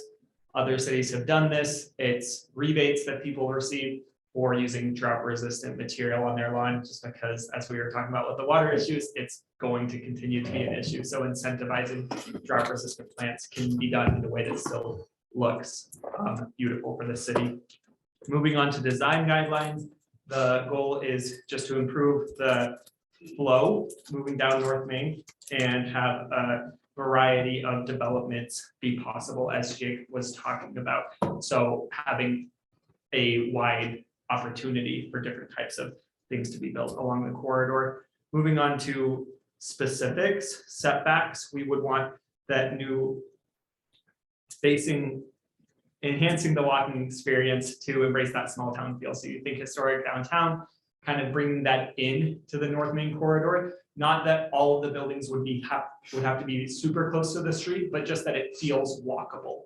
And some pictures we have are areas of Provo that have that residential feel, but also a walkability due to the setbacks that are set. In addition, I think that feel can also be enhanced by code affecting the commercial area and businesses in regard to their windows, their graphics, and the lighting on those businesses. And then just some guidelines as to types of material that would be aesthetically pleasing, such as brick, stone, and then maybe reducing material that aren't as aesthetically pleasing, such as stucco and vinyl paneling, just to have that feel, be connecting historic downtown into North Main and the business district as well. Just one other design guideline we were looking at was to create a book of the historical homes and other architectural styles that we like. There are a lot of buildings that we think are good to be patterned after for new developers. Say, this is an idea of what your new development could look like. And to keep going with the feel of the historic homes and the businesses that already exist, this is kind of an idea of architectural styles and building materials that you could use just to create that connectivity. Jacob talked about this, that some neighborhood zones would be mixed use. So say you have an insurance agency, your lot would still be set for a neighborhood, even though you're running your photo studio or your insurance company out of that residential building. And then looking into parking requirements and giving the option to have parking on the side of your building or behind your building, as opposed to always in front of the home or business. Yeah, so that's a long list of regulations which we think will help preserve the look and feel of the area. But we want to be sure that we don't over-regulate the area. We want to make sure that Payson continues to be an alluring place to own and operate a business. And so we want to provide some carrots along with these sticks for the zone to ensure some flexibility and creativity for the owning and operating of businesses and such developments on this site. We didn't want to be arbitrary with what we are recommending here. And so everything that we recommend in terms of incentives for developments are things that have been proven to work in other cities and things that take inspiration from the historic downtown of Payson as pictured, because we're really inspired by the beautiful sense of place in that area, and we want to learn some lessons from that area that we can apply to this area. And so our main recommendation with incentives is a framework of pre-approved incentives with the zone and some that will require legislative approval on a case-by-case basis. We will be passing over these recommendations to city staff to review, and then these would ultimately be in front of you again to approve a final list of what would count as a pre-approved incentive that a developer could be confident they could work with in this area, and what incentives will need to go by that legislative case-by-case basis as mentioned. So this is our list. What we think right now might be good pre-approved incentives for this area. Many of these are inherent to the nature of the form-based overlay code here. And so, as was mentioned multiple times, a mix of uses will be allowed for this area.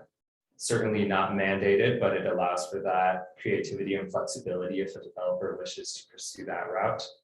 Also, no minimum lot size for the area. That is standard throughout Payson, but that is a big incentive to developers as well. We also want to emphasize that the density in this area will be regulated by the form-based code that we were just speaking about. The regulations that we have just mentioned with the footprint, the design, things of that nature, that'll limit the development in this area pretty heavily. You won't be able to have a very high intensity use in this area. And so we think the density will be regulated by that design guideline, and that we will have that regulate the form rather than attaching a number to it. And we also want to emphasize the preservation of this area, as Jacob mentioned. And so if a developer is going to preserve a historic building, regardless of whether or not they're going to change its use, we think they should be able to use that building and have the previously mentioned requirements waived for that development to help incentivize the preservation of the historic buildings in this area. And then some of the incentives that we think should require legislative approval are some that go a little bit beyond that. And as mentioned, downtown Payson is pictured there. These incentives are inspired by downtown Payson. And so that includes the elimination of setback and permissible lot coverage requirements and the following of a 35-foot height limit for the area. That is in line with what's in downtown and historically was the case for many years. Again, we think that the elimination of these requirements could allow for some more flexibility, creativity. We want to see unique developments in this area, but we do want to make sure that any developments pursuing this route stay in line with the vision of Payson. And so we would have the elimination of these requirements be an incentive that requires the legislative approval, just so you folks can ensure that your vision for the area is being followed there.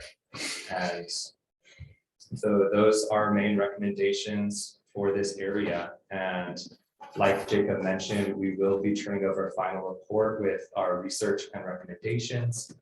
That will be turned in on December 16th. There will also be some proposed draft code with that as well. And so we'll be turning in a more in-depth version of all of that, but that's our idea of what this area could look like. And so we would love to get your feedback on our approach, certain things you think we should include in this final report. And we are thankful for your time and your consideration.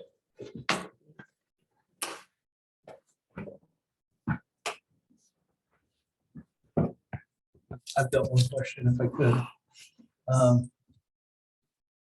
So you briefly touched on design standards that tie to the historic park. Is your final report going to have suggestions in there for design standards? Yes, it will. We will have some draft code that's inspired by what Payson already has and what has been proven to work at other cities as well. We've been working with city staff with that, and everything in our report will be sent over to city staff so they can continue with it as they see that. One other thought that I have, that's what we're working on right now. There's a huge book of pictures of houses back in the development services. And I've been going through that, trying to find pictures of houses that are interesting, buildings in Payson that have architectural interest. And what we're trying to do is put together kind of like a picture book that you can turn over to a developer and say, this is the architecture that we like. This is what we would like to have in this area because it reflects the historic nature of Payson. And then they can go through and hopefully use some creativity to base their developments off of that. So we are going to have some specific guidelines, but there's also going to be a little bit of like, here's some pictures, come up with something interesting, bring it to us. So that answers the question. What about commercial Same. design standard? Yep. Okay. One- Great presentation. Yeah, one question I had, and it's not critical at all. You're talking about eliminating the setbacks. And I'm not an advocate for this, but there was a time when the state was looking at, because that is a state road, looking at widening that road. And sometimes those setbacks would be counterproductive to that. Of course, it's always expensive to do it. Hopefully, in the perfect world, that will not happen. And that's one of the reasons we're pushing so hard for the new interchange to be built and alleviate some of that pressure. But had you thought about the results of eliminating those setbacks? In regards to possibly expanding the road? Yeah, if that ever happens. If that ever happens, we didn't consider that probably as much as we could have. Because that is something I'd be interested to look at. We didn't really have the time to focus much on the transportation infrastructure and the possible changes that they'll make to that. So some of the pictures that you see in there where the buildings are right up along the street, I personally don't imagine any of that happening on North Main itself. That's more of the developments that might be more towards Paris RV back in that area. They'll build things hopefully that front the street a little bit more, get creative with the road layouts back there. As far as North Main goes, I guess I don't have a direct answer to your question. Okay. But yeah, we didn't get it. Again, I'm not an advocate of that. I just, Yeah, thought it might be something to bring up. And I know in some places, sometimes if you kind of add enough cultural importance of the city to a street, then Depends sometimes off they some of back that. off a little bit on Yep. widening that street. Sure. So there's something to say for that. Thank you. Anything else? No, great. Thank you very much. Yeah, thanks for the opportunity. Look forward to your final recommendations. Can we ask some questions? Hello? Okay, moving on to number 6, discussion regarding a dog park. I believe if I'm wrong, Council Proscard, what we were wanting to do is maybe establish a committee and Yes. go from there. Yeah. Thank you, Mayor. It's time. There's enough interest and enough people that are wanting a dog park that not to have one right now is a little concerning. So it's not going to happen without the council moving forward on it. So I'd like to propose that we create a committee, a dog park committee, consisting of 3 at-large members of the community, 1 staff member, which I would nominate Wes or somebody from the Parks Department. Wes would probably be, he's worked with the dog park that was originally proposed, and then a member of the council be part of that five-member committee. I would think that would be something prudent that we would want to do as we study. Yeah. So I would propose that they would come back to the council with probably 3 objectives, and I'm open to as many objectives as you'd want, but number 1, I would like a site location, maybe even a couple site locations that we could choose from, design of what they're proposing, what would be feasible and equitable for a dog park. I've seen some pretty cool dog parks. I've gone out of my way in visiting other communities to see what they have created, and there's some pretty neat things out there. Doesn't need a whole lot. I've seen some in Bozeman, Montana, that's got half split logs that the dogs run down or jump over. It's kind of a little doggy exercise park, if you will. So there's a lot of ideas out there, and I think we leave it wide open to the committee to come back to us. And then number 3, probably one of the important things is kind of a budget of what it may cost us. We do have some dollars identified, and I think there's a few more dollars that we can identify with a little bit of opening the budget up and moving some things around. So that's my proposal.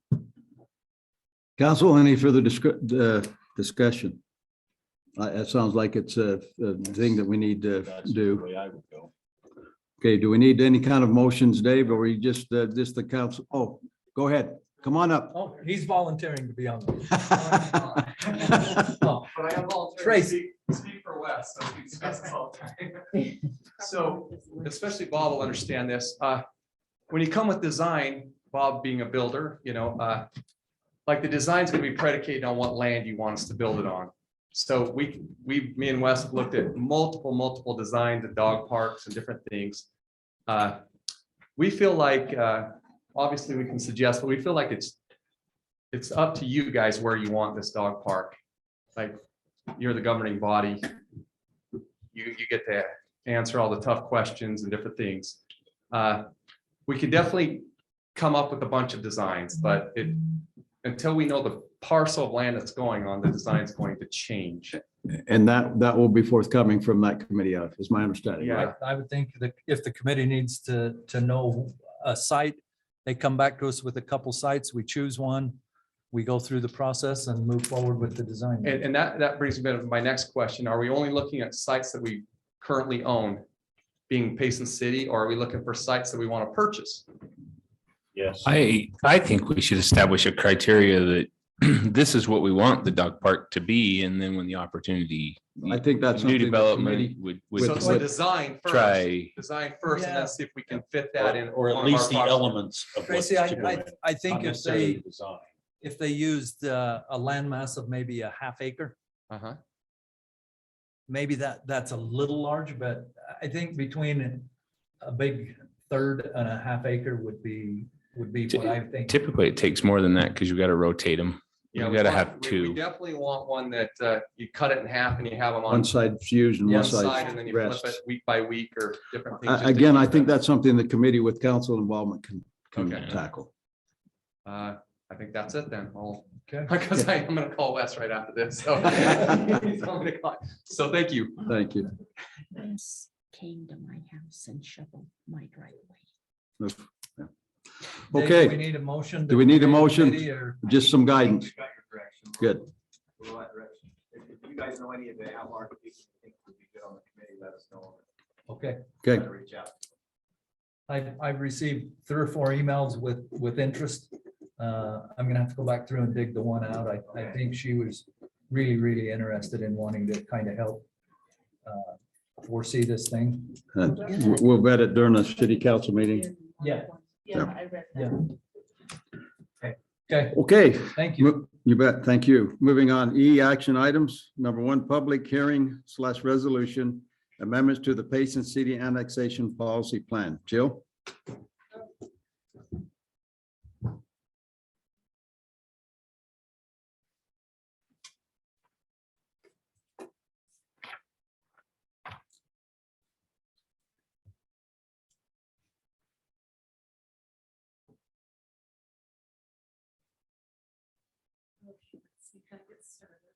Council. To leave whenever you need to leave.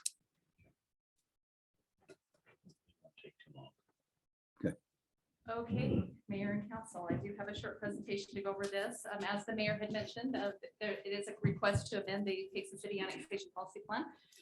So I'll go over that real quick, just to go through the steps. This is something that we don't do very often. So I do want to give a little bit of background of where we've been, where we're at now, where we're going to go in the future, but also about the process.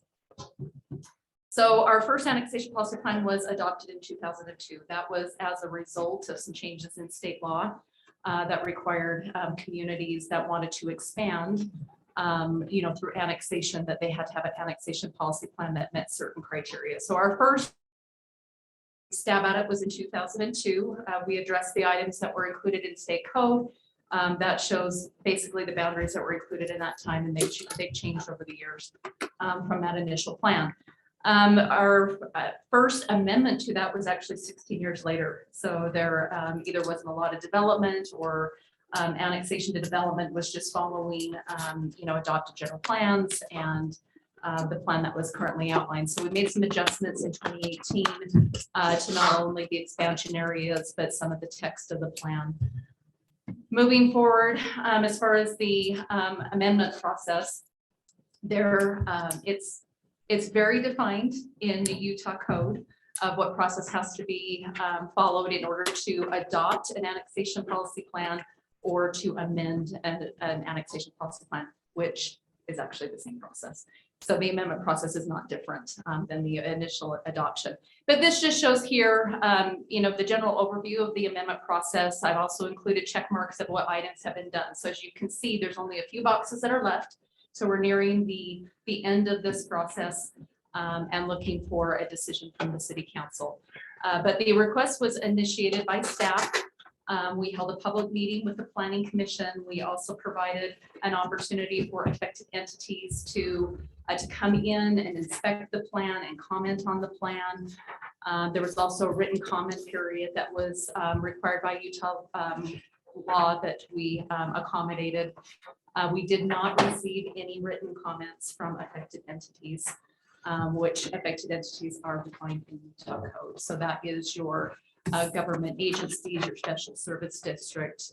They're all listed in Utah code of those that could comment during that comment period. Then there was a public hearing and recommendation by the planning commission. So we provided notice in accordance with state code, which also requires that we send letters to the affected entities, which was done.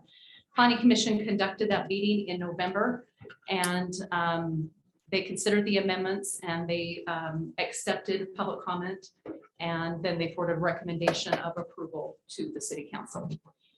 So that now we're down to the final and last public hearing. That's with the city council. The public hearing has been properly noticed, and we've noticed the affected entities once again, trying to initiate a conversation with them, recognizing that any annexation development could, impact their current systems or their proposed plans for systems. And then the city council will consider the proposed amendments tonight. You will also take public comment, and then we're anticipating a decision by the city council. And then the last one that I didn't put on here, it's actually on a later slide, is the final step is getting an approved copy to Utah County. So the issues at hand, a few things that we looked at with this update to the annexation policy plan was once, of course, the compliance with Utah codes.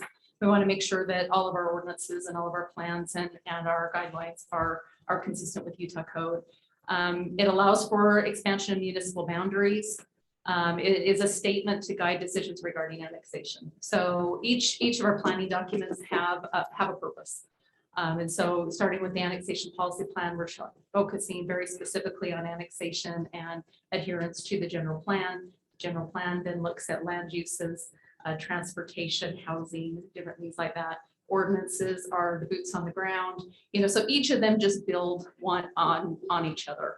And so with annexation, we're outlining current annexation development priorities. As the council is aware, we've had a lot of discussions lately about annexation development. We are growing. All of South Utah County is growing, and it's not any different in Payson. And so we've been having to talk a lot about those issues and the implementation of our general plan. So we also want to include those current annexation development priorities that have been discussed with the city council. And then changes to our future expansion areas. So the map, we are proposing some changes to the map. So proposed amendments, again, we're updating the document consistent with state code. Some of those things include the annexation goals and considerations. We had to update our property tax rates. They were quite outdated, from our 2018 plan. So we've updated those, and we've also included the PID rates. That was something that you may have noticed was new in the plan. We updated our population projections based on the Kempsey Gardner Policy Institute. We've included statements, or we will include statements, actually this one I need to clarify. If we receive any comments from the affected entities, specifically at this meeting, those will be included in the plan.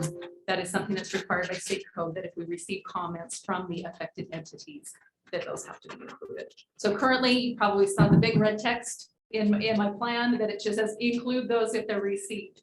But as I mentioned, prior to coming into this meeting, we had not received any comments from the affected entities. And then this state law also outlines some review criteria that has to be addressed by the cities, and we have to look for with each annexation petition. Also looking at timing of annexation, some of you may recall with the general plan update, there was some mapping that was done, providing some guidance on some general annexation timelines. So we're incorporating that map into this plan, not proposing to change that plan because it's already adopted as part of the general plan. We're just wanting to make sure wherever we can, in order to make sure that there's some tie to all of the different documents. And then the council's also proposed some weighted annexation criteria that we've included as part of this document. And then of course the expansion area map. So annexation goals, we're always looking at the development build out potential of the community, not knowing exactly when that annexation will occur or when the development will occur. We're just looking, 20, 30, whatever years into the future of saying, okay, this is areas that we think could potentially be in Payson one day, or that we could provide services for, or we could properly maintain those services. And so we're looking at the development build out. We look at first fiscal opportunities and or constraints. Some of that might have to do with timing of the annexation. Others might be, it might just be the amount of revenue that's coming in for that particular area of the community, whether they're sales tax or if it's just property tax or both.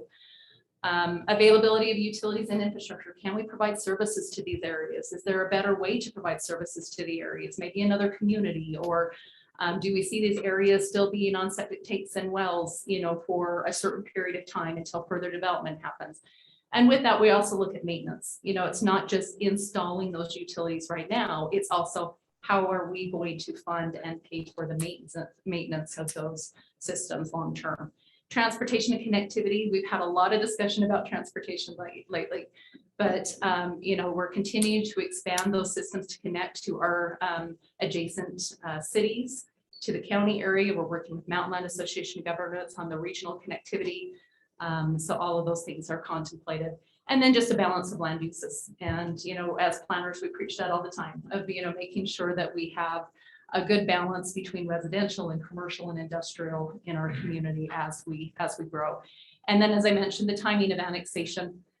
You know, a lot of times it's not whether or not we want the property in the city, it's just the timing of it and whether or not we can provide or we can accomplish some of these annexation goals with annexing and developing that property. So the annexation criteria, the first one is the weighted. This is the annexation criteria that the council's discussed and you had given us previous direction on. And so we are just putting that in the document now. So we talked about annexation size, we talked about utility infrastructure, location and cost. We talked about provision of electrical service with some of the other electrical providers in our area and how we address you know, the change or the switch from, you know, maybe a special service district to Payson Power. Land uses and development, do they support the general plan? Are we, again, it's a accompanying document, you know, are we making sure that anything that's being proposed at the annexation level is consistent with the general plan? Is there a specific plan that has already been approved for the area, or does a specific plan need to be prepared before annexation of an area? So that's one of the criteria that we would evaluate. And then benefits and opportunity to the community. I mean, we understand that, you know, some of it might be, financially based. I mean, we may see that it happens to be an area around an interchange, you know, and we see an opportunity for sales tax, but that's where we're weighing, you know, what are the opportunities?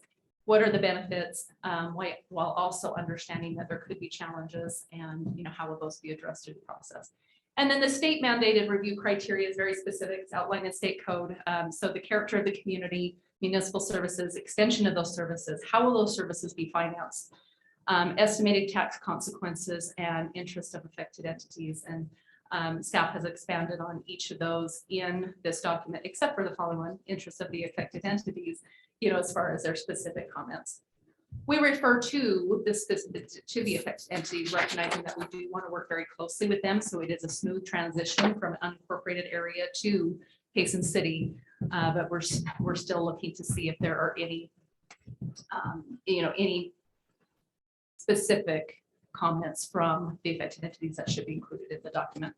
This is the map that we're showing. So I'm just going to go over briefly where some of the areas that we're proposing to change. And I know it's going to be hard to see because we included all of the annexation area or the expansion area. So bear with me. So everything so you've got the black line, dashed line that's here, that's existing Payson boundary. Everything in the purple is potential expansion area to Payson. Again, I mean, just to clarify, if your property is included in this area, it doesn't mean that we're annexing you at this point in time. We're just saying at some point in the future, Payson City sees that these areas could be within Payson. So some of the areas that we're looking at, we tried to put, I mean, we put a legend together here, so hopefully it was easy for you to review, but there are a couple of items I need to clarify following a conversation I had with Councilmember Beecher. But we'll start here on the northeast. So we've got this area here that's hatched out. There's this triangular piece that is unincorporated between Salem and Payson. So there's about 100 acres that are here that staff is proposing. So red means that we are proposing to remove it from our annexation policy plan in favor of either Utah County, well, it's currently in unincorporated Utah County, but would potentially go into Salem. So we have that area here that's proposing to remove.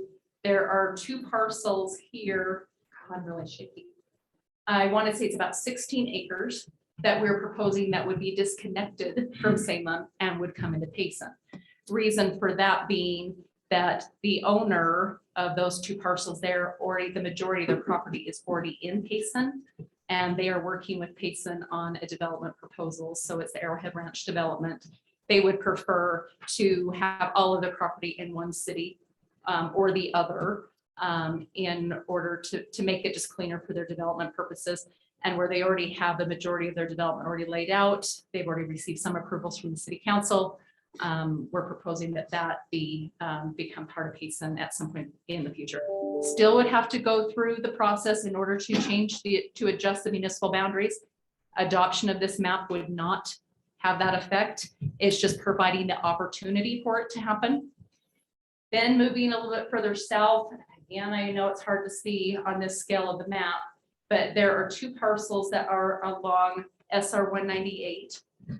We ran into the same situation with this landowner.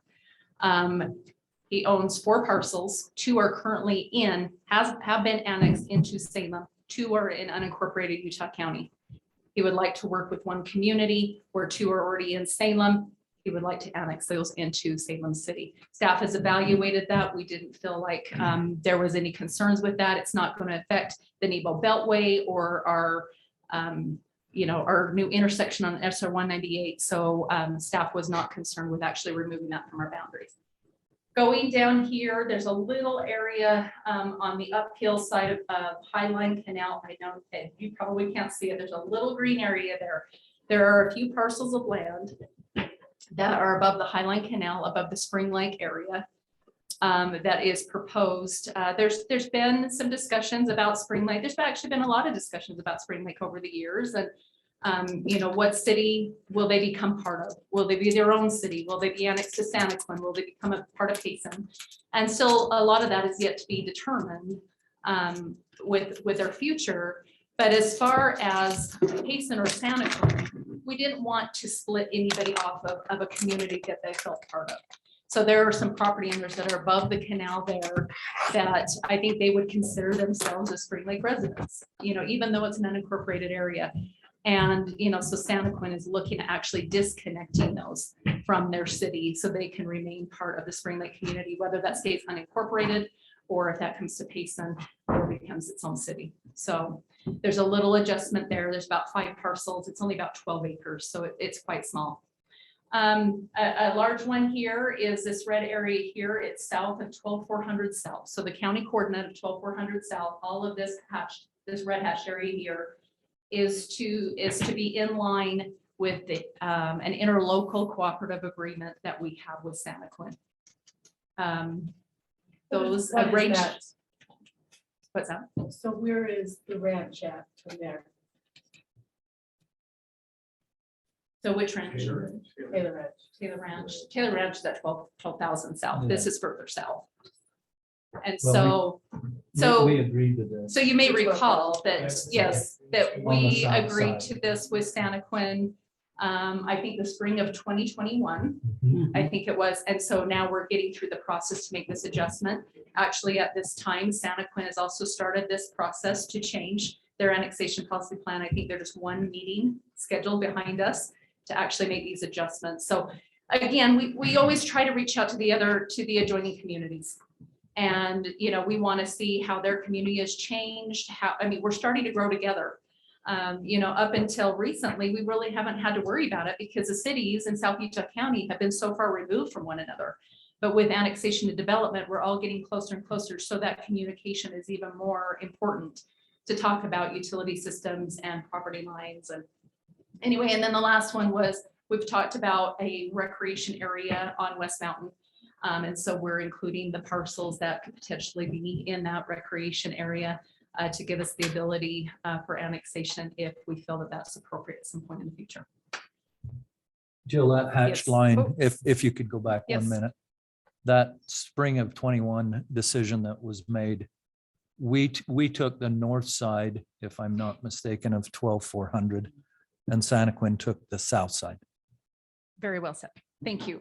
I'm just saying I just 1,200, wanted to but make- for the benefit of everybody here, if you're following everybody this, to thank understand. you. I appreciate, because we did agree basically to, before that interlocal agreement, just to expand a little bit, we had a big overlap between our annexation policy plan and Santaquin's.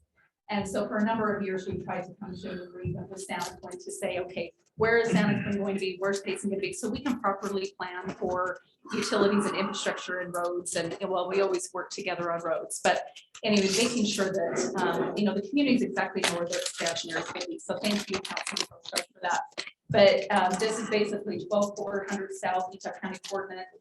So it's a second overpass. If you're going past Payson, if you're going south to Santaquin, there's the one overpass at 12,000 South, which is by Taylor Ranch.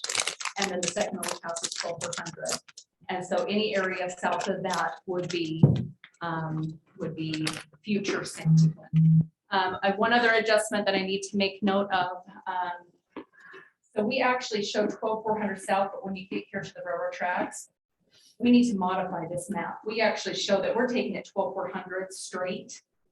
And when it gets to the railroad tracks, we actually want to follow the south side of the tracks. So there'll actually be a dip there, but for the purposes of public meetings and people watching and understanding, we will be making an adjustment to this map to actually follow the railroad tracks in that location. So it's consistent with what we agreed to with Santa.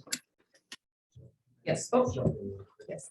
And obviously, Spring Lake residents are here tonight, and we should mention that there's a request to evaluate the feasibility of the incorporation of Spring Lake. So if that was to occur, this would change. And when and if we would update this map, but for right now, this is the plan. Council. The Spring Lake residents have filed their feasibility study with the county. I got notice of that. So. Good. Just save some energy.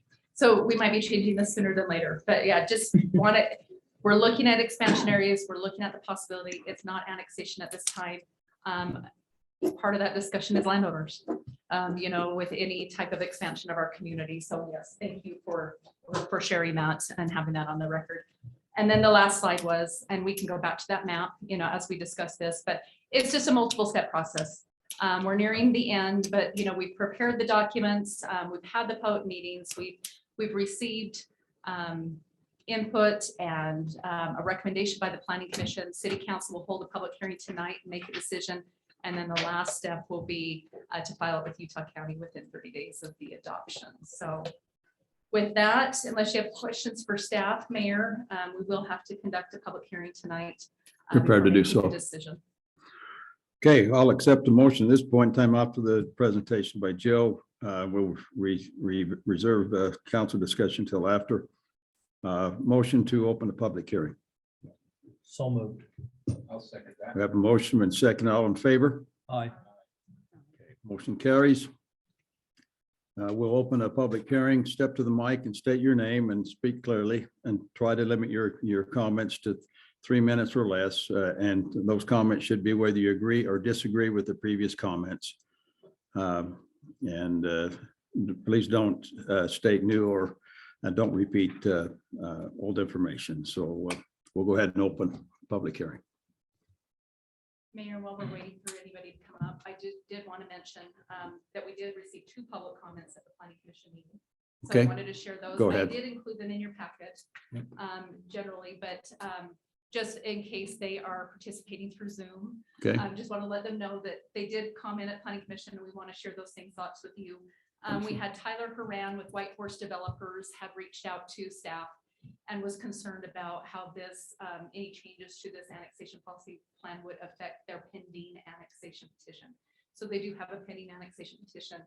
And we had indicated to them that it will not, adoption of this plan would not terminate that application automatically, or it would still be considered on its own merits. We've accepted, the council's accepted it for further review. Staff has been reviewing it. We've had a dialogue with the applicant. So we did want to ensure them that it would not affect any pending annexations.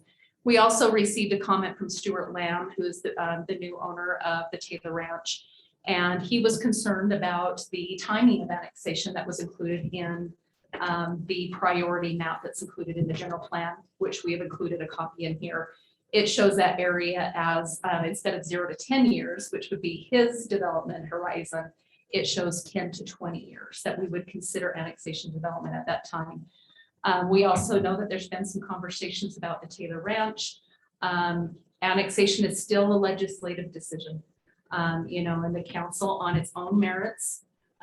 It could look at, or they could look at the annexation on its own merits to see if it's something that would need to be accepted and move forward. Again, we'd fall back to that weighted annexation criteria that we have discussed and we're including in this document. So anyway, so we did receive 2 public comments, both development and annexation related, that we wanted to share with you. Okay. Okay, then we'll go ahead and open for anyone in this meeting or online to comment during this public hearing.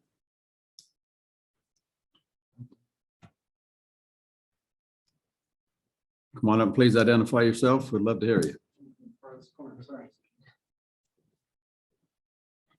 Hi, my name's Randy Smith. And thank you, council and staff. I've been able to meet with many of you.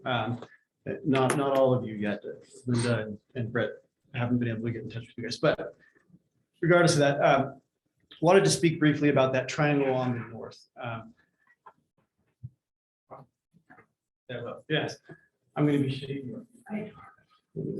So the triangle right up here, that's the Ober Hensley's family land. Scott and his wife Brenda and his sister Sandra over here. We've been working with them. So I've worked with Scott actually for nearly half a decade. We've worked together, and he's asked, that I come and help him. And we've been working on getting their family land into a trust and getting things set up so that they could come annex and be a part of Payson. They are a Payson family, and they're good people. A little soft spoken, so I don't know if they'll what they'll say about that. But I want to. They're Payson family, multi-generational, and very much want to be annexed into Payson. And we're kind of disappointed to see that was removed from the boundary. We do understand that there are some utility complications. I know there's an interlocal agreement to provide sanitary sewer. There are some capital improvement projects that need to happen for water, and we kind of understand those things. And I guess to give you real quick history, I'm a professional civil engineer, so I understand those things. That I do that, with my career, but just wanted to speak and ask the council, can we put that piece back in and keep that in as a part of Salem? I appreciate you giving us a few minutes, and I hope that the Ober Hansleys can come speak with you for a minute too. But thank you. Thank you.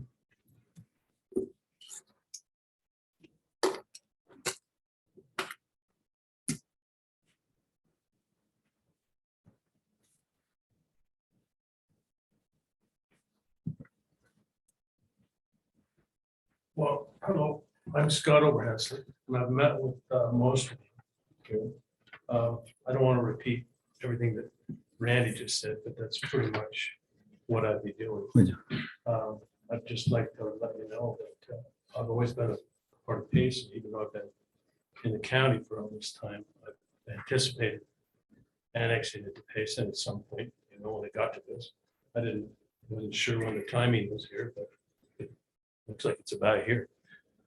I speak for my family that we all feel the same way. Okay. And we would like to stay in Payson. My grandparents are buried here, uncles. Payson is my back. So it's important to us. She spoke a little faster than I could keep up with what was going on there, but hopefully I'll have a chance to look at that again.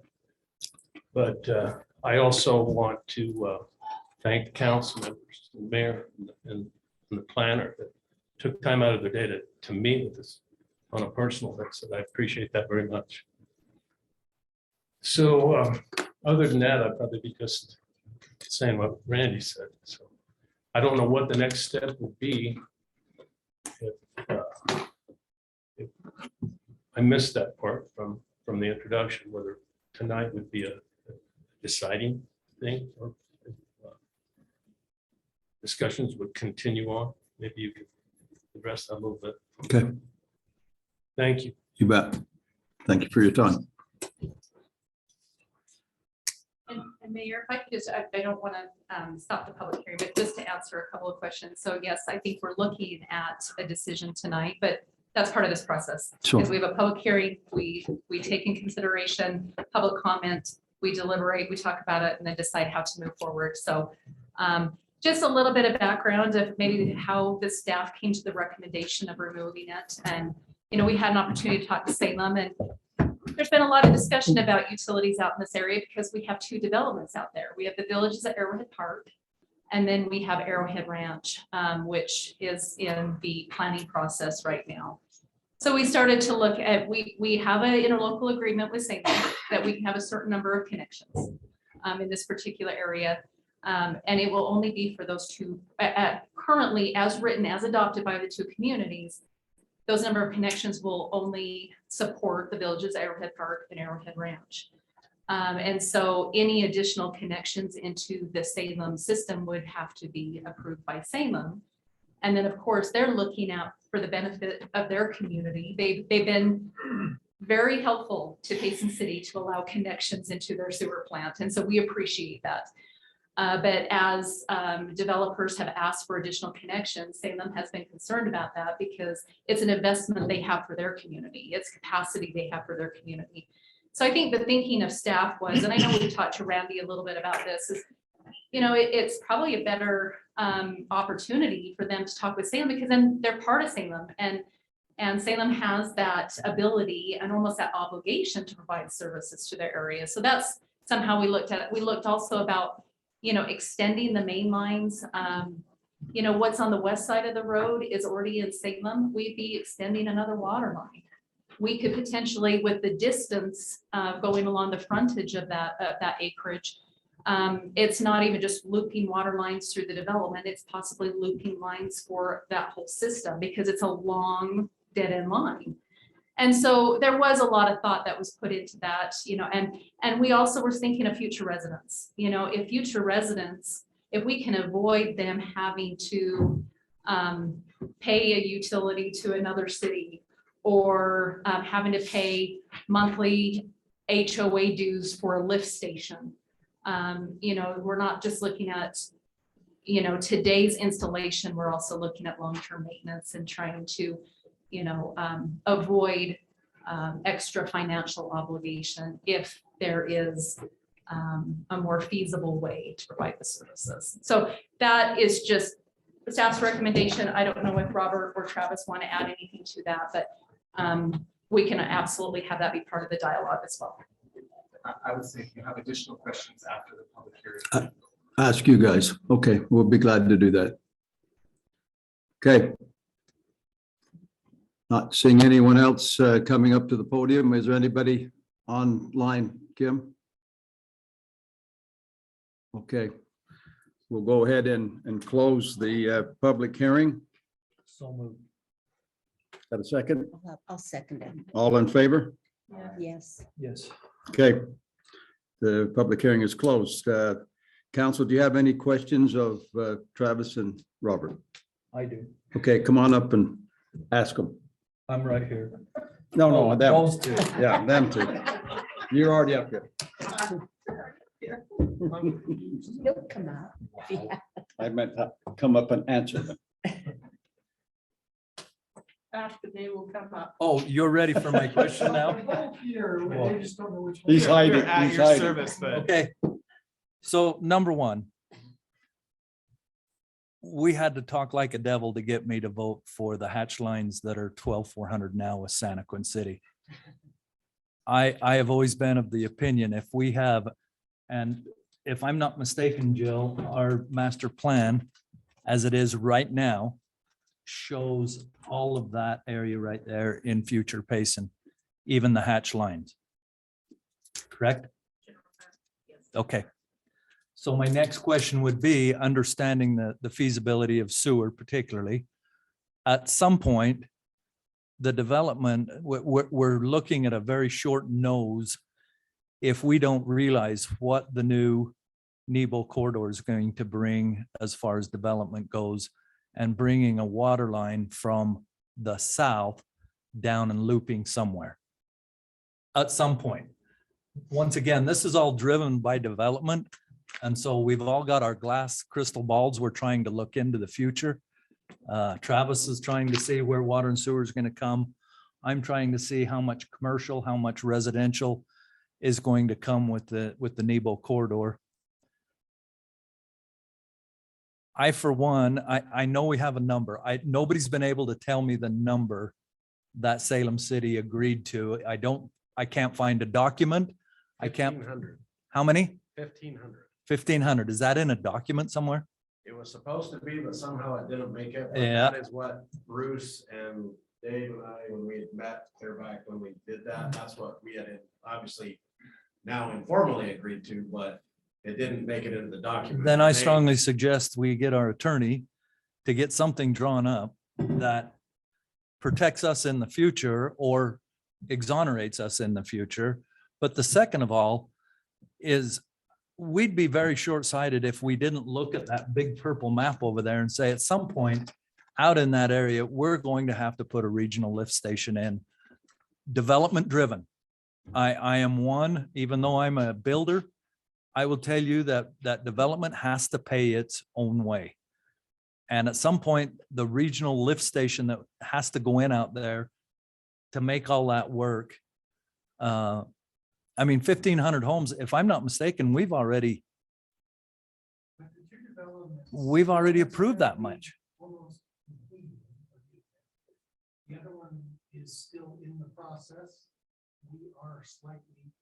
I know. So where's the foresight here, guys, of preparing for the future? I get the hatch line. No, we're not going to service you.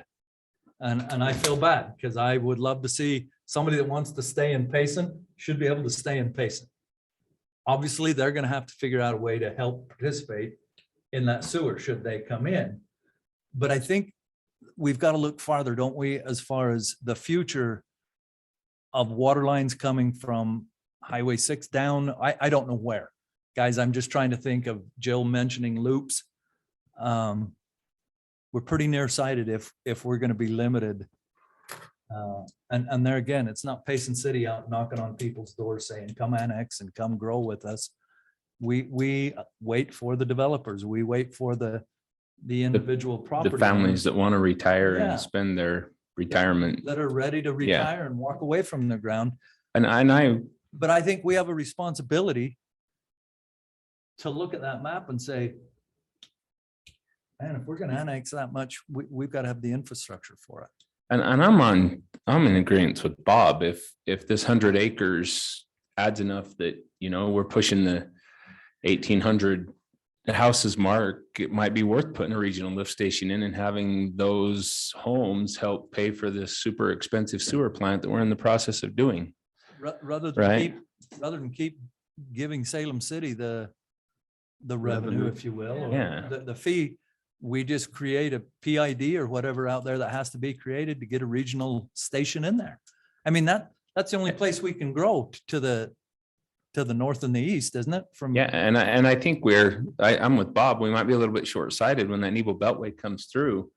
We can throw a nice big sewer line underneath that thing and go right under the freeway with it, because it'll all be torn up at that point in time. Then we're through, we've punched under where we need to be, and we're headed in the right direction. And if this tips the scales, it might be tipping the scales a little bit early, but I mean, it might take 5 to 10 years to get this development underway. And by then we'll be where we need to be with the Nebo Beltway and the other development that's out there, and get the sewer turned around and headed in the right direction. But well, we're pushing right now for that interchange to be done. That's correct. 3 to 5 years. Yeah. And so that's why I'm saying that, I mean, and I've been at this long enough to know that they're not going to start digging holes in 3 weeks. Yep.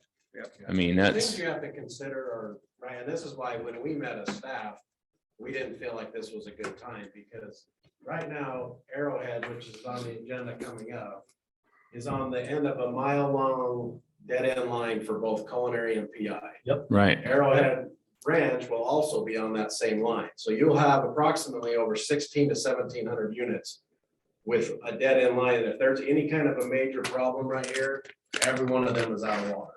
So if we add another 100 acres, that's why we're saying you've got to start looping these water lines, because we have no other way to feed that. And I think we both agreed at the same thing. I'm agreeing to the loops that we need to foresee with the Nebo Beltway. Yeah, And I think it comes back to feasibility. I don't think the Overhandsley should be, hey, yeah, we've got this 100 acres, but we're going to spend all of our money that we would make on it to make it developable. I mean, that doesn't make any sense to them, but I mean, the options need to be there. They need to weigh them out and look at it. And if it comes down to a PID, and for those that don't know, that's a public infrastructure district where you levy a tax against the property that's there, and it's part of their property taxes, and then it pays for those upgrades to the public infrastructure. And then we could get that looped back around, brought across, hooked to Main Street or wherever it might need Here's to the other be. thing to But consider. A PID does not pay for everything. anything. No, it We doesn't. have to pay the upsizing and extra capacity, because we are going to have to do that on Red Bridge. So then we have to either look at doing an impact fee reimbursement, which we're currently looking at with Red Bridge, and raise the impact fees, because that's the only other way we can pay for this, or the citizens have to pay for this. So that's just something to Right. consider. I'm not throwing No. roadblocks. I'm just trying to give you all the facts that, you know, like a lift station right here is gonna cost anywhere from $750,000 to probably $1.5 million. And then you've got to put a force main all the way back to right there. And as we all know, that if the development says they were gonna do it, then they want more density to help pay for that. And so that's just something to consider. We're not against it necessarily. It's just untimely because you have, until that, like you said, until that new beltway comes in and all the church property develops, it's just, you're out there in the middle of it. Yeah. Totally agree. Scott, do you have a timeline when you want to develop your property? We're probably a little farther along.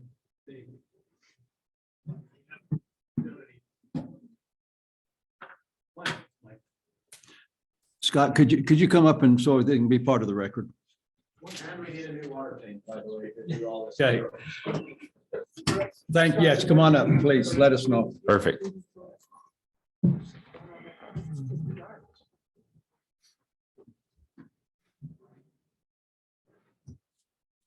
So Scott's family, they are working and finalizing the family trust and getting the land all situated. At the same time, there's some deed overlaps on the east side that we're working with Utah County to get cleaned up. So the property lines are clear.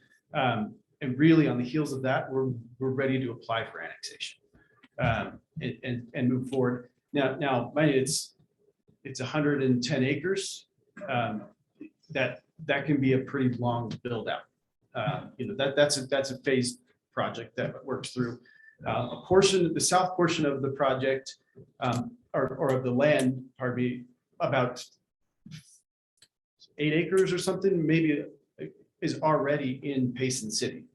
It was brought in with the Arrowhead Ranches development when there was a boundary line dispute that's been since cleaned up, but so a portion of it is already annexed into Payson. We have talked with Salem and actually had meetings with Salem as well. And every indication is that Salem Sanitary has sufficient capacity to serve this under the interlocal agreement. That kind of, I'm gonna have a copy of it here. The land is highlighted. The Oberhansley land is shown as a part of this agreement.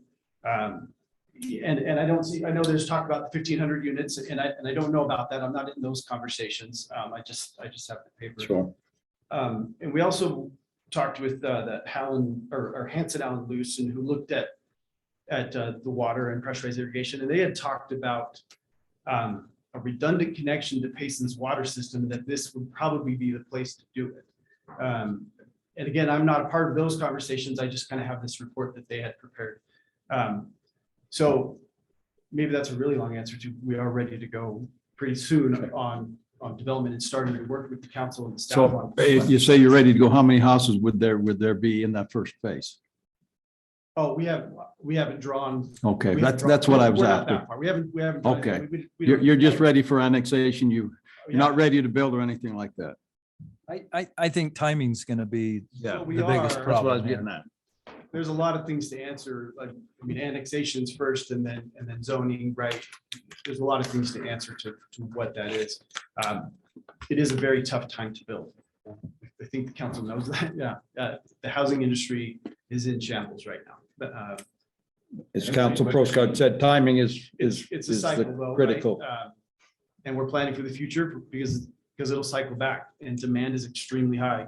I mean, Scott's kids are looking for places to buy homes and they're just not there, right? Like, so it's hard to give an exact answer.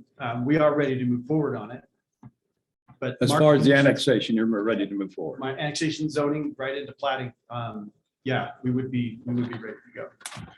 And I, Thank you. while I'm in favor of keeping the Oberhansley property in Payson, I think the timing issue of how quickly you're moving versus what we are looking at with the Nebo Beltway in helping us get that infrastructure in some shape or form near there Mhm. is going to be the problem. Yeah, and we're pushing for 3 to 5 years, but we don't know. We haven't been guaranteed anything yet. Nothing. Yeah. Yeah, and we don't know either, right? So those are just questions that would have to be kind of figured out and worked on and planned for the future, right? Yeah, we don't know either. Okay. We're all hopeful that the housing market is coming back tomorrow. Not gonna happen. No, not tomorrow. Okay. Thank you. Any other questions? No, any other question, council? No, I'm just concerned that timing's not. Yep. Not in favor of what they're wanting to do that quickly as far as. But it may not be for Salem either, so it's. Well, Salem's already got the infrastructure there ready to go. Yeah, Scott actually dedicated an easement to Salem City to bring the sanitary main through his property to the new plant. Oh, wow. Right, so the infrastructure is there and it's ready to tie into, I mean, it's set up. But as said, the Overhandsley's, they're a Payson family. Any further? Doesn't look like it. Thank you. Thank you. Answered my question. Yeah, I would just say, like, when we met with Salem, when this was originally done, Salem just didn't want to go any higher because they didn't want to give up capacity for their plant, obviously, to Salem residents. Maybe that, I don't know if that's changed. I haven't had a conversation with Bruce for a while about that, but they would definitely have to agree to it, and then we would want to amend that interlocal to actually lock down a. But I really have never favored that in the first place, in the sense that we've got citizens living in Payson that are paying their utility bill to Salem when we should be. I mean, if they're gonna be in Payson, they need to be fully invested in Payson. Right. So as far as going any farther with Salem City, I'm not in favor of. They've been gracious enough to let the development go in the 1,500, if that's the number that was agreed to. I just am not in favor of going and asking them for any more connections. It just doesn't make sense to me.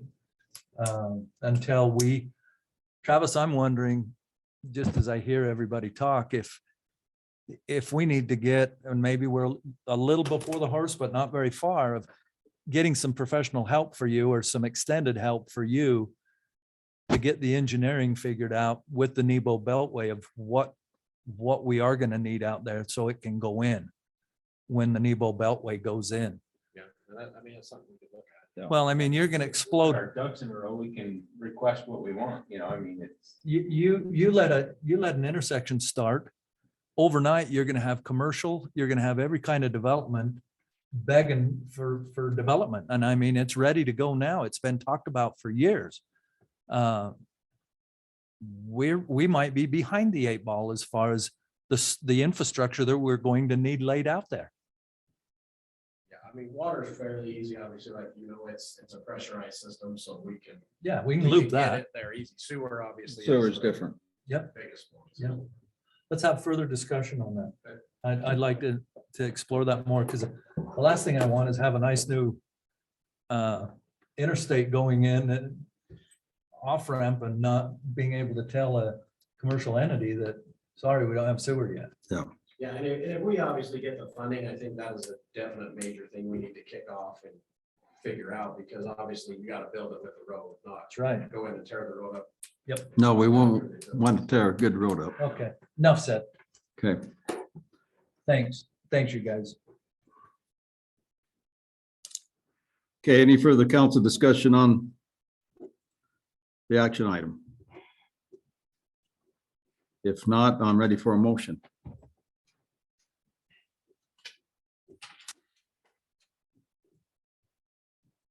Jill, one other question I had, and maybe this isn't the one that I didn't see on my packet. When we talked about the annexation, we also talked about the size of annexation. Did we include, That is in the weighted criteria. why didn't I read that? Yep. So It's in there? it is in there. Okay, 10 acres? It is in there. Okay. That just simply means we aren't going to consider a annexation request anymore of anything less than 10 acres. We feel like hodgepodge and things is not good planning and doesn't allow for us to figure out streets and everything else. So we're not going to consider, as part of this, we're not going to consider anything less than 10 acres going forward. I would make a motion that we approve the amendments to the Payson City annexation plan as presented. We have a second. I'll second that. There've been seconded, roll call vote, starting with Council Christensen, Yes. Council Carter, Yes. Council Prosgaard, Yes. Council Hyatt. No. Motion still carries. You have 3 votes for yay. So motion does carry. Okay, number 2, ordinance. Orchard Hills Business Park LLC zone change from R1A to I1 at approximately 400 north and 700 west. Mike.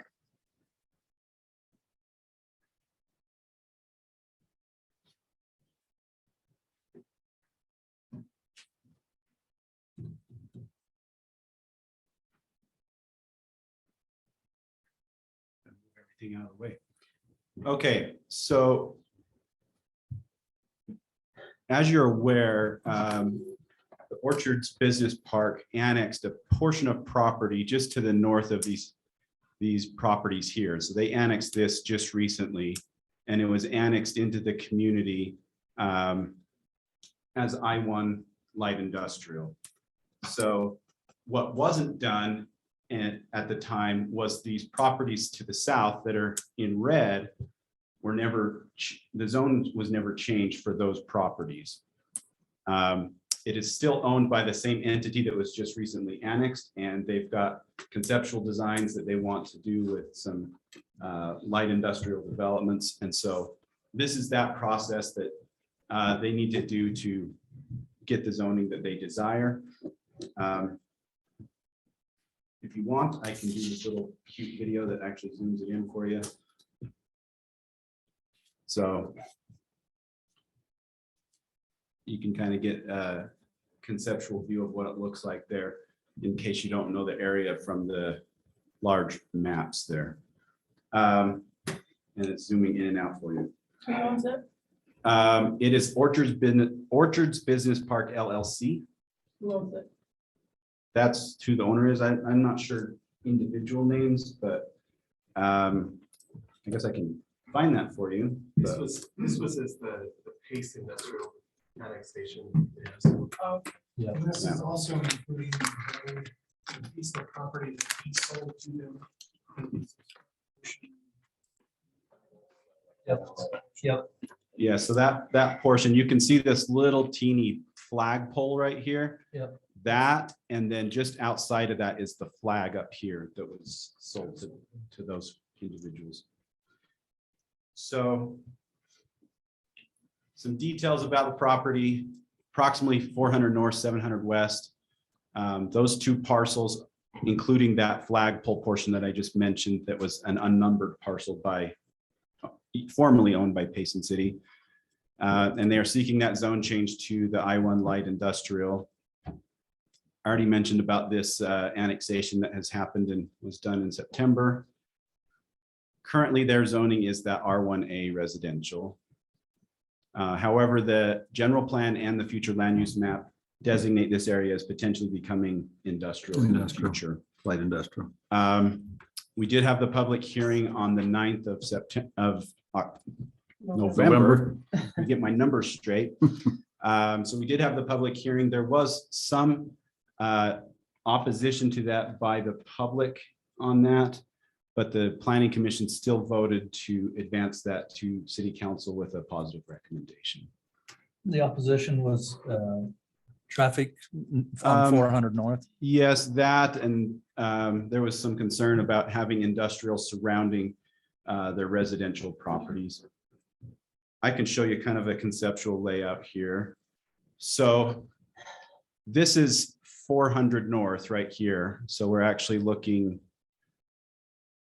I don't know what we're looking at here. I guess this is north is towards you. And this is the conceptual build out for that property that they have. This is the LDS church building right here, and then a few individual residents here. So you can see that some of those residents potentially had some concern with being surrounded by this light industrial development.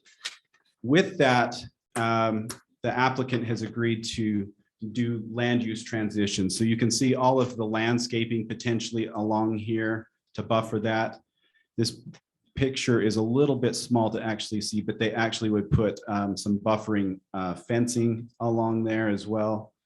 And then the intent by the applicant is to do, like I said, light industrial. So it's not going to be anything that would be polluting or noisy or whatnot. The biggest concern would be traffic. And that's something that in the future, the hope is that this 700 west would continue north and that future roadway would be somewhat. And hit the truck lane, right? 9,600. But Would it go to the truck currently- lane or What's that? it would go to the truck lane? It wouldn't go all the way to 96, but come to the truck lane. Truck route. Yeah. But again, How far that's, is it from there now? I want to say it's about a half a mile. That far? It's Probably a less. little guess- ways. Might be less. It'd be less than that. I think so. So it's a little ways. So that, I mean, it's not feasible at the moment, but that is the intent for the future. So. So that's the conceptual layout. You can see the various many buildings that they conceptualize, large and small for this type of development.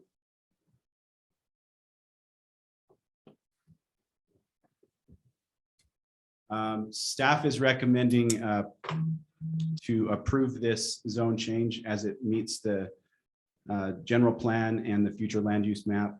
And it's conducive to the zoning to the north that these individuals also own and would like to develop. So that's our recommendation. But as always, you have the three options of either approving, denying, or remanding this back.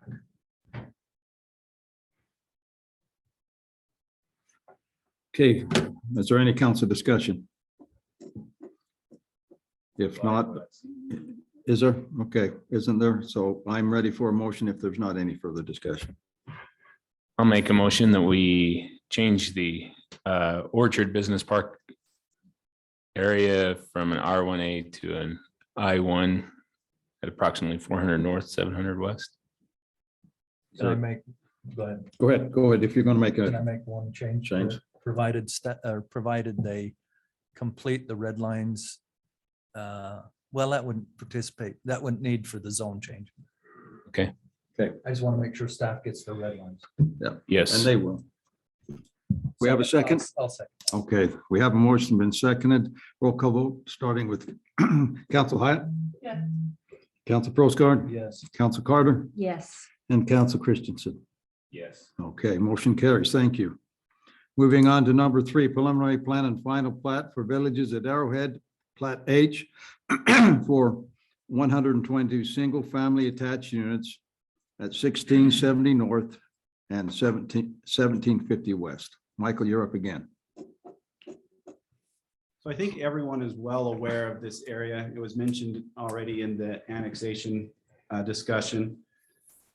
This area right here, this parcel is the final parcel in this development.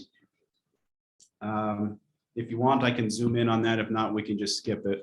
But so this Plat H was that portion that I believe had some litigation go on previously, and that's why it hadn't been developed while all the other properties around it had developed. And so that litigation, from what I understand, is complete and done. And so the applicant has put this forth, and they are seeking tonight to have preliminary plan and final plat approval.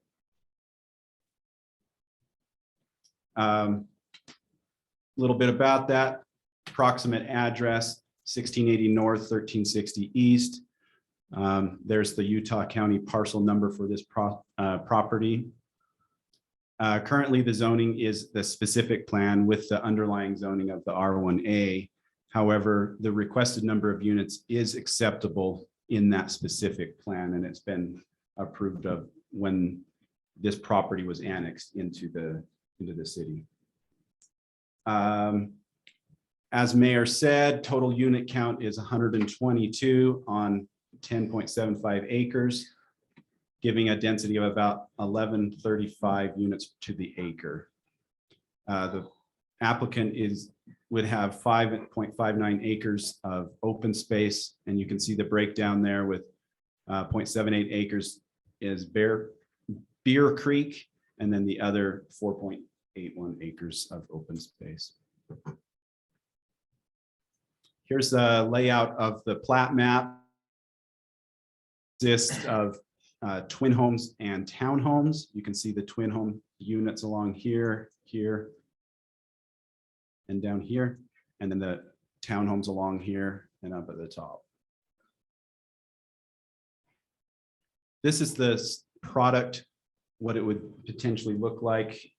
This has actually been approved as part of the some of the previous developments in there. The applicant's going to use this same housing product with these same materials to be used. And so this would be written into the development agreement that they would use these same things and have this general look and feel for the development. How many square feet are there? I don't know that. 1,600. Oh, Terry's right here. So 1,600 living space? Yeah. Okay. Per side? Per side. Upstairs and downstairs. 800 on the main. There's no basements in these units. Got the garage. Less on the main. Over the garage, yeah. This slide just shows the housing unit layout and the open space. So that you can see that in it, and it details out to the various vegetation and things that would be going in there. So I thought you might want to see that. Otherwise, staff recommends approval of both the preliminary plan and the final plat on this request.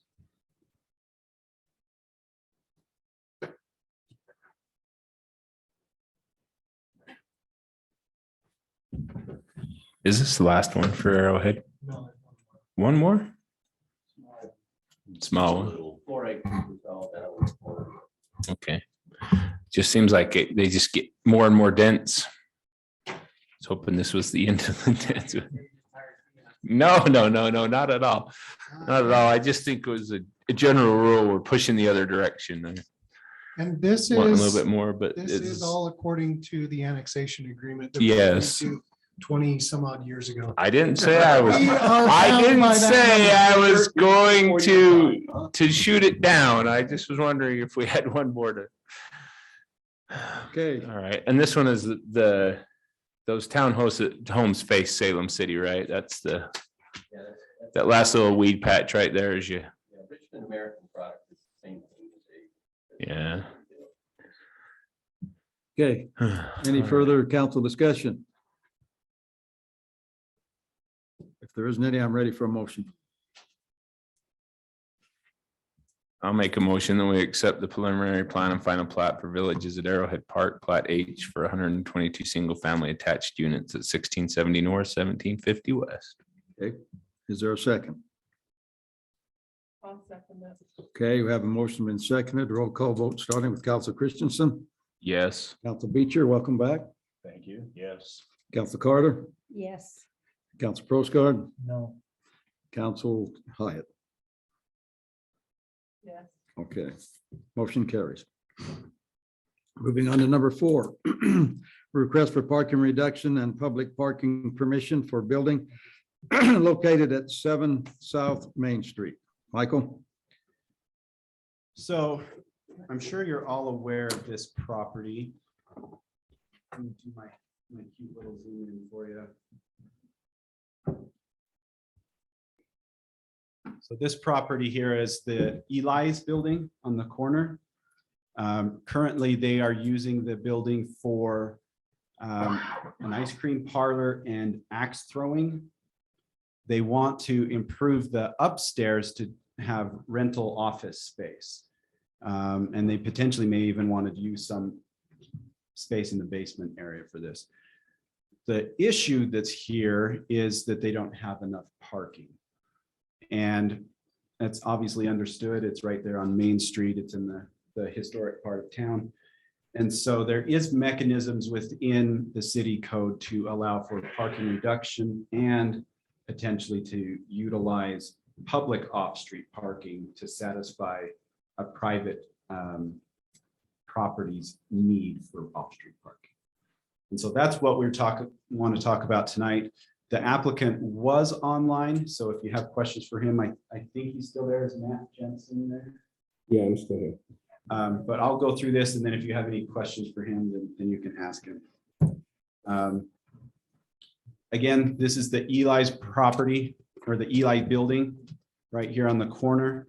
The reason why I showed these two photos is, for one, you can see the proximity where the building is, but two, this is Utah Avenue, and right here is the parking lot that Payson City owns. And so this is the area that staff is anticipating could be usable as off-street parking for this. And how do we, let's Go go. ahead, go ahead. How do we ensure that they'll park in that one and not in the Ace parking lot? Because I know he's concerned that he's So, getting pushed out. so he does have some ability to park in the Ace parking lot because they have, I guess the best way to say it is a handshake agreement between the two of them.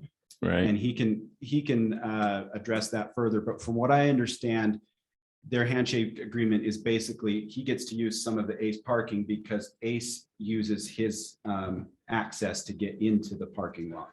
Uses the right away egress, ingress, He yeah, owns yeah. That part, and Ace uses it to get into the parking lot. Right. And so, and I'll show you that. Which I could see that in the map. That makes sense. I'm fine with them using that parking lot. I don't know that it's 100% utilized, the one that's publicly owned. It's not currently to capacity all the time, but I know that. What's the timing on it? Is it mainly day parking, or is it 24 hours or what? I think it's both, because I mean, you've got the ice cream parlor, the axe throwing, things like that may be happening whenever people potentially do that. Mostly the evening. Oftentimes evening hours and whenever they want to recreate. But then you have the upstairs that would be used for daytime use for office staff and whatnot. Do we have a specific number of reduction that he's asking for? So I'll get to that. Okay. Let me bring that up. Thank you. So I think we pretty much talked about all of this, but the process in order to get the reduction, they can get up to a 20% off-site parking reduction if council decides upon it. But in order to get the off-site parking reduction and to utilize, in order to utilize public parking for off-street parking, they have to exhaust other remedies. And one of those other remedies is to get this this parking reduction. So he does have, these are the other two remedies that are in the code to potentially meet or exhaust. He does have the joint shared parking with Ace Hardware. Again, that's a handshake agreement, a gentleman's agreement, whatever you want to say. It's nothing in writing, but they are both in accord with that, from what I understand. There are no other non-essential structures or landscaping that can be removed. And so it's not like he could add additional parking onto the property that he already owns. And then the third one is what he's blocked the access. well, there you go. But then he's parking additional vehicles in tandem, and that's not fun. And then the last thing to do is what he's here for tonight is to get that parking reduction. If he gets this parking reduction, he's exhausted all of these remedies, and then he could potentially ask to use public parking as some of his off-street parking. And so that's kind of where we're going at. You can see those are the different uses going on there. From what I understand, and the applicant, if he's on, can clarify, but an ice cream parlor, the axe throwing amusement center, future leasable office space, and from what I understood, there is a legal non-conforming residence in the vicinity. I don't know if it's upstairs, downstairs, and back, wherever, but there's a legal non-conforming residence there. So the total reduction, oh, I don't have it in these slides, but it was in your staff reports. So the total reduction, I believe, was 7 stalls is what it would be reduced by. And then the total number of stalls that he would potentially need to park off-site would be up to 13. So as Councilman Christensen was saying, there is no guarantee that anybody's going to park in that adjacent parking lot. It just gives him the legal ability to do the businesses that he wants to do on his property and still have parking attributed to those uses somewhere. Whether it's used or not. Whether Right. It's enforceable or not. Yeah. But I didn't even know we owned that. I literally thought the Mexican restaurant owned that. Because that's who always. So the owned that. Mexican, I believe they own it closest to their building. Just to the building, just. But to the building. the center portion of that is Payson City. Okay, well, I mean, they fill it up, you know, all afternoon, so I don't know why he couldn't use it because they're using it. And this is just a formal action to get that blessing of the city council to do such. Well, any business to face. Can anybody say parking structure? Yeah, repeatedly, I didn't hear repeatedly. that. Here we are wanting to just fill the downtown and make it so cute But we don't have and a- accessible. We need underground parking. We need something. We do. That's gonna blow our $8 million. I think so. That'll be a different $8 million budget. Okay, So this request would be, staff would recommend requesting both the 20% reduction in parking and to allow the applicant to utilize the off-street parking that Payson City owns. With the caveat that no parking stalls are being dedicated in this process to this particular applicant. It would just be first come, first serve, but that would be an opportunity for off-street parking for his patrons. relieving him of the obligation of providing X amount of. Correct. Any council discussion? I didn't expect there would be, but I gotta ask the That question. Oh, maybe, parking area, is it marked at all? which one? Yes, The parking somewhat. with stalls? Somewhat. It's somewhat, it's really, really faint. Well, Probably needs to be they need to striped. be redone. Yeah. Yeah. It's on and the have street, Uniformity with on the, it. well, inside the parking lot you're talking about. Yes, Okay, Yeah, yes. they need to be done. Downtown. I think, We'll give you a can of spray paint. I think we had $20 left over in that $8.3 million. You can't buy paint for $20. Okay. I'm ready Well, I for a don't motion. care, it'd look better. Mayor, I'd make a motion that we approve the request for the reduction in the parking permission. As many as, well, I'm not gonna list it. No sense in it. Just reduce the parking requirements and allow him to park in the public parking across the street at any first come, first served parking stall. I'll second that. Okay, we have motion been seconded, roll call vote. Starting with Council Hyatt. Council Proscar. Yes. Council Carter, Yes. Council Beecher, Yes. Council Christensen. No. I was almost ready to say unanimous, but I can't say that now. That's okay. Okay, motion carries anyhow, so, I still worry about Ace. So. yeah, I do too, yeah. yeah. Okay, moving on to number 5. But I'd also love to see that old library put to use. Absolutely. Yeah. Absolutely. Well, it's public parking and that's what it's for. Don't misinterpret it. It just. Put it to use, Brian. Yeah. Get him up there. He's already voted, he can't change it. Okay, moving on to number 5. Scottish festival. Ordinance amendments to the general plan regarding moderate income housing. Okay, this is gonna be. I know we need to moderate this, so I saw some of the emails. So- You talk to, just tell us to vote. Yes. Basically, I'm just gonna show you what we need to change. We were so close. We were so close and I talked to the, Would have made it. yeah, I talked to the state representative on Monday, showed her the changes that I'm proposing to you. She was absolutely fine with it. Good. So nothing changing on strategy 1. Basically, they need specific benchmarks on timeline. So this is what I added to strategy 2. basically just refining a little bit more how we're going to be working with UDOT, a timeline there, working with UTA, timeline there, and then the general plan. It was adopted in 2020. That needs to happen in periodic intervals. We're anticipating that happening in 2025 again. So settle in. Strategy 3, just again, specificity, whatever that word is, on our code update. So when that's going to happen, it's already in our budget. That should be coming out. A request for a proposal should be coming out in the next little bit. And then we're hoping that that would be adopted in the beginning months of 2024. So those are my proposed changes. I would really appreciate a positive recommendation or positive approval of this. You want to do it, or you want me to do it? You do it. Any council discussion? I hope not.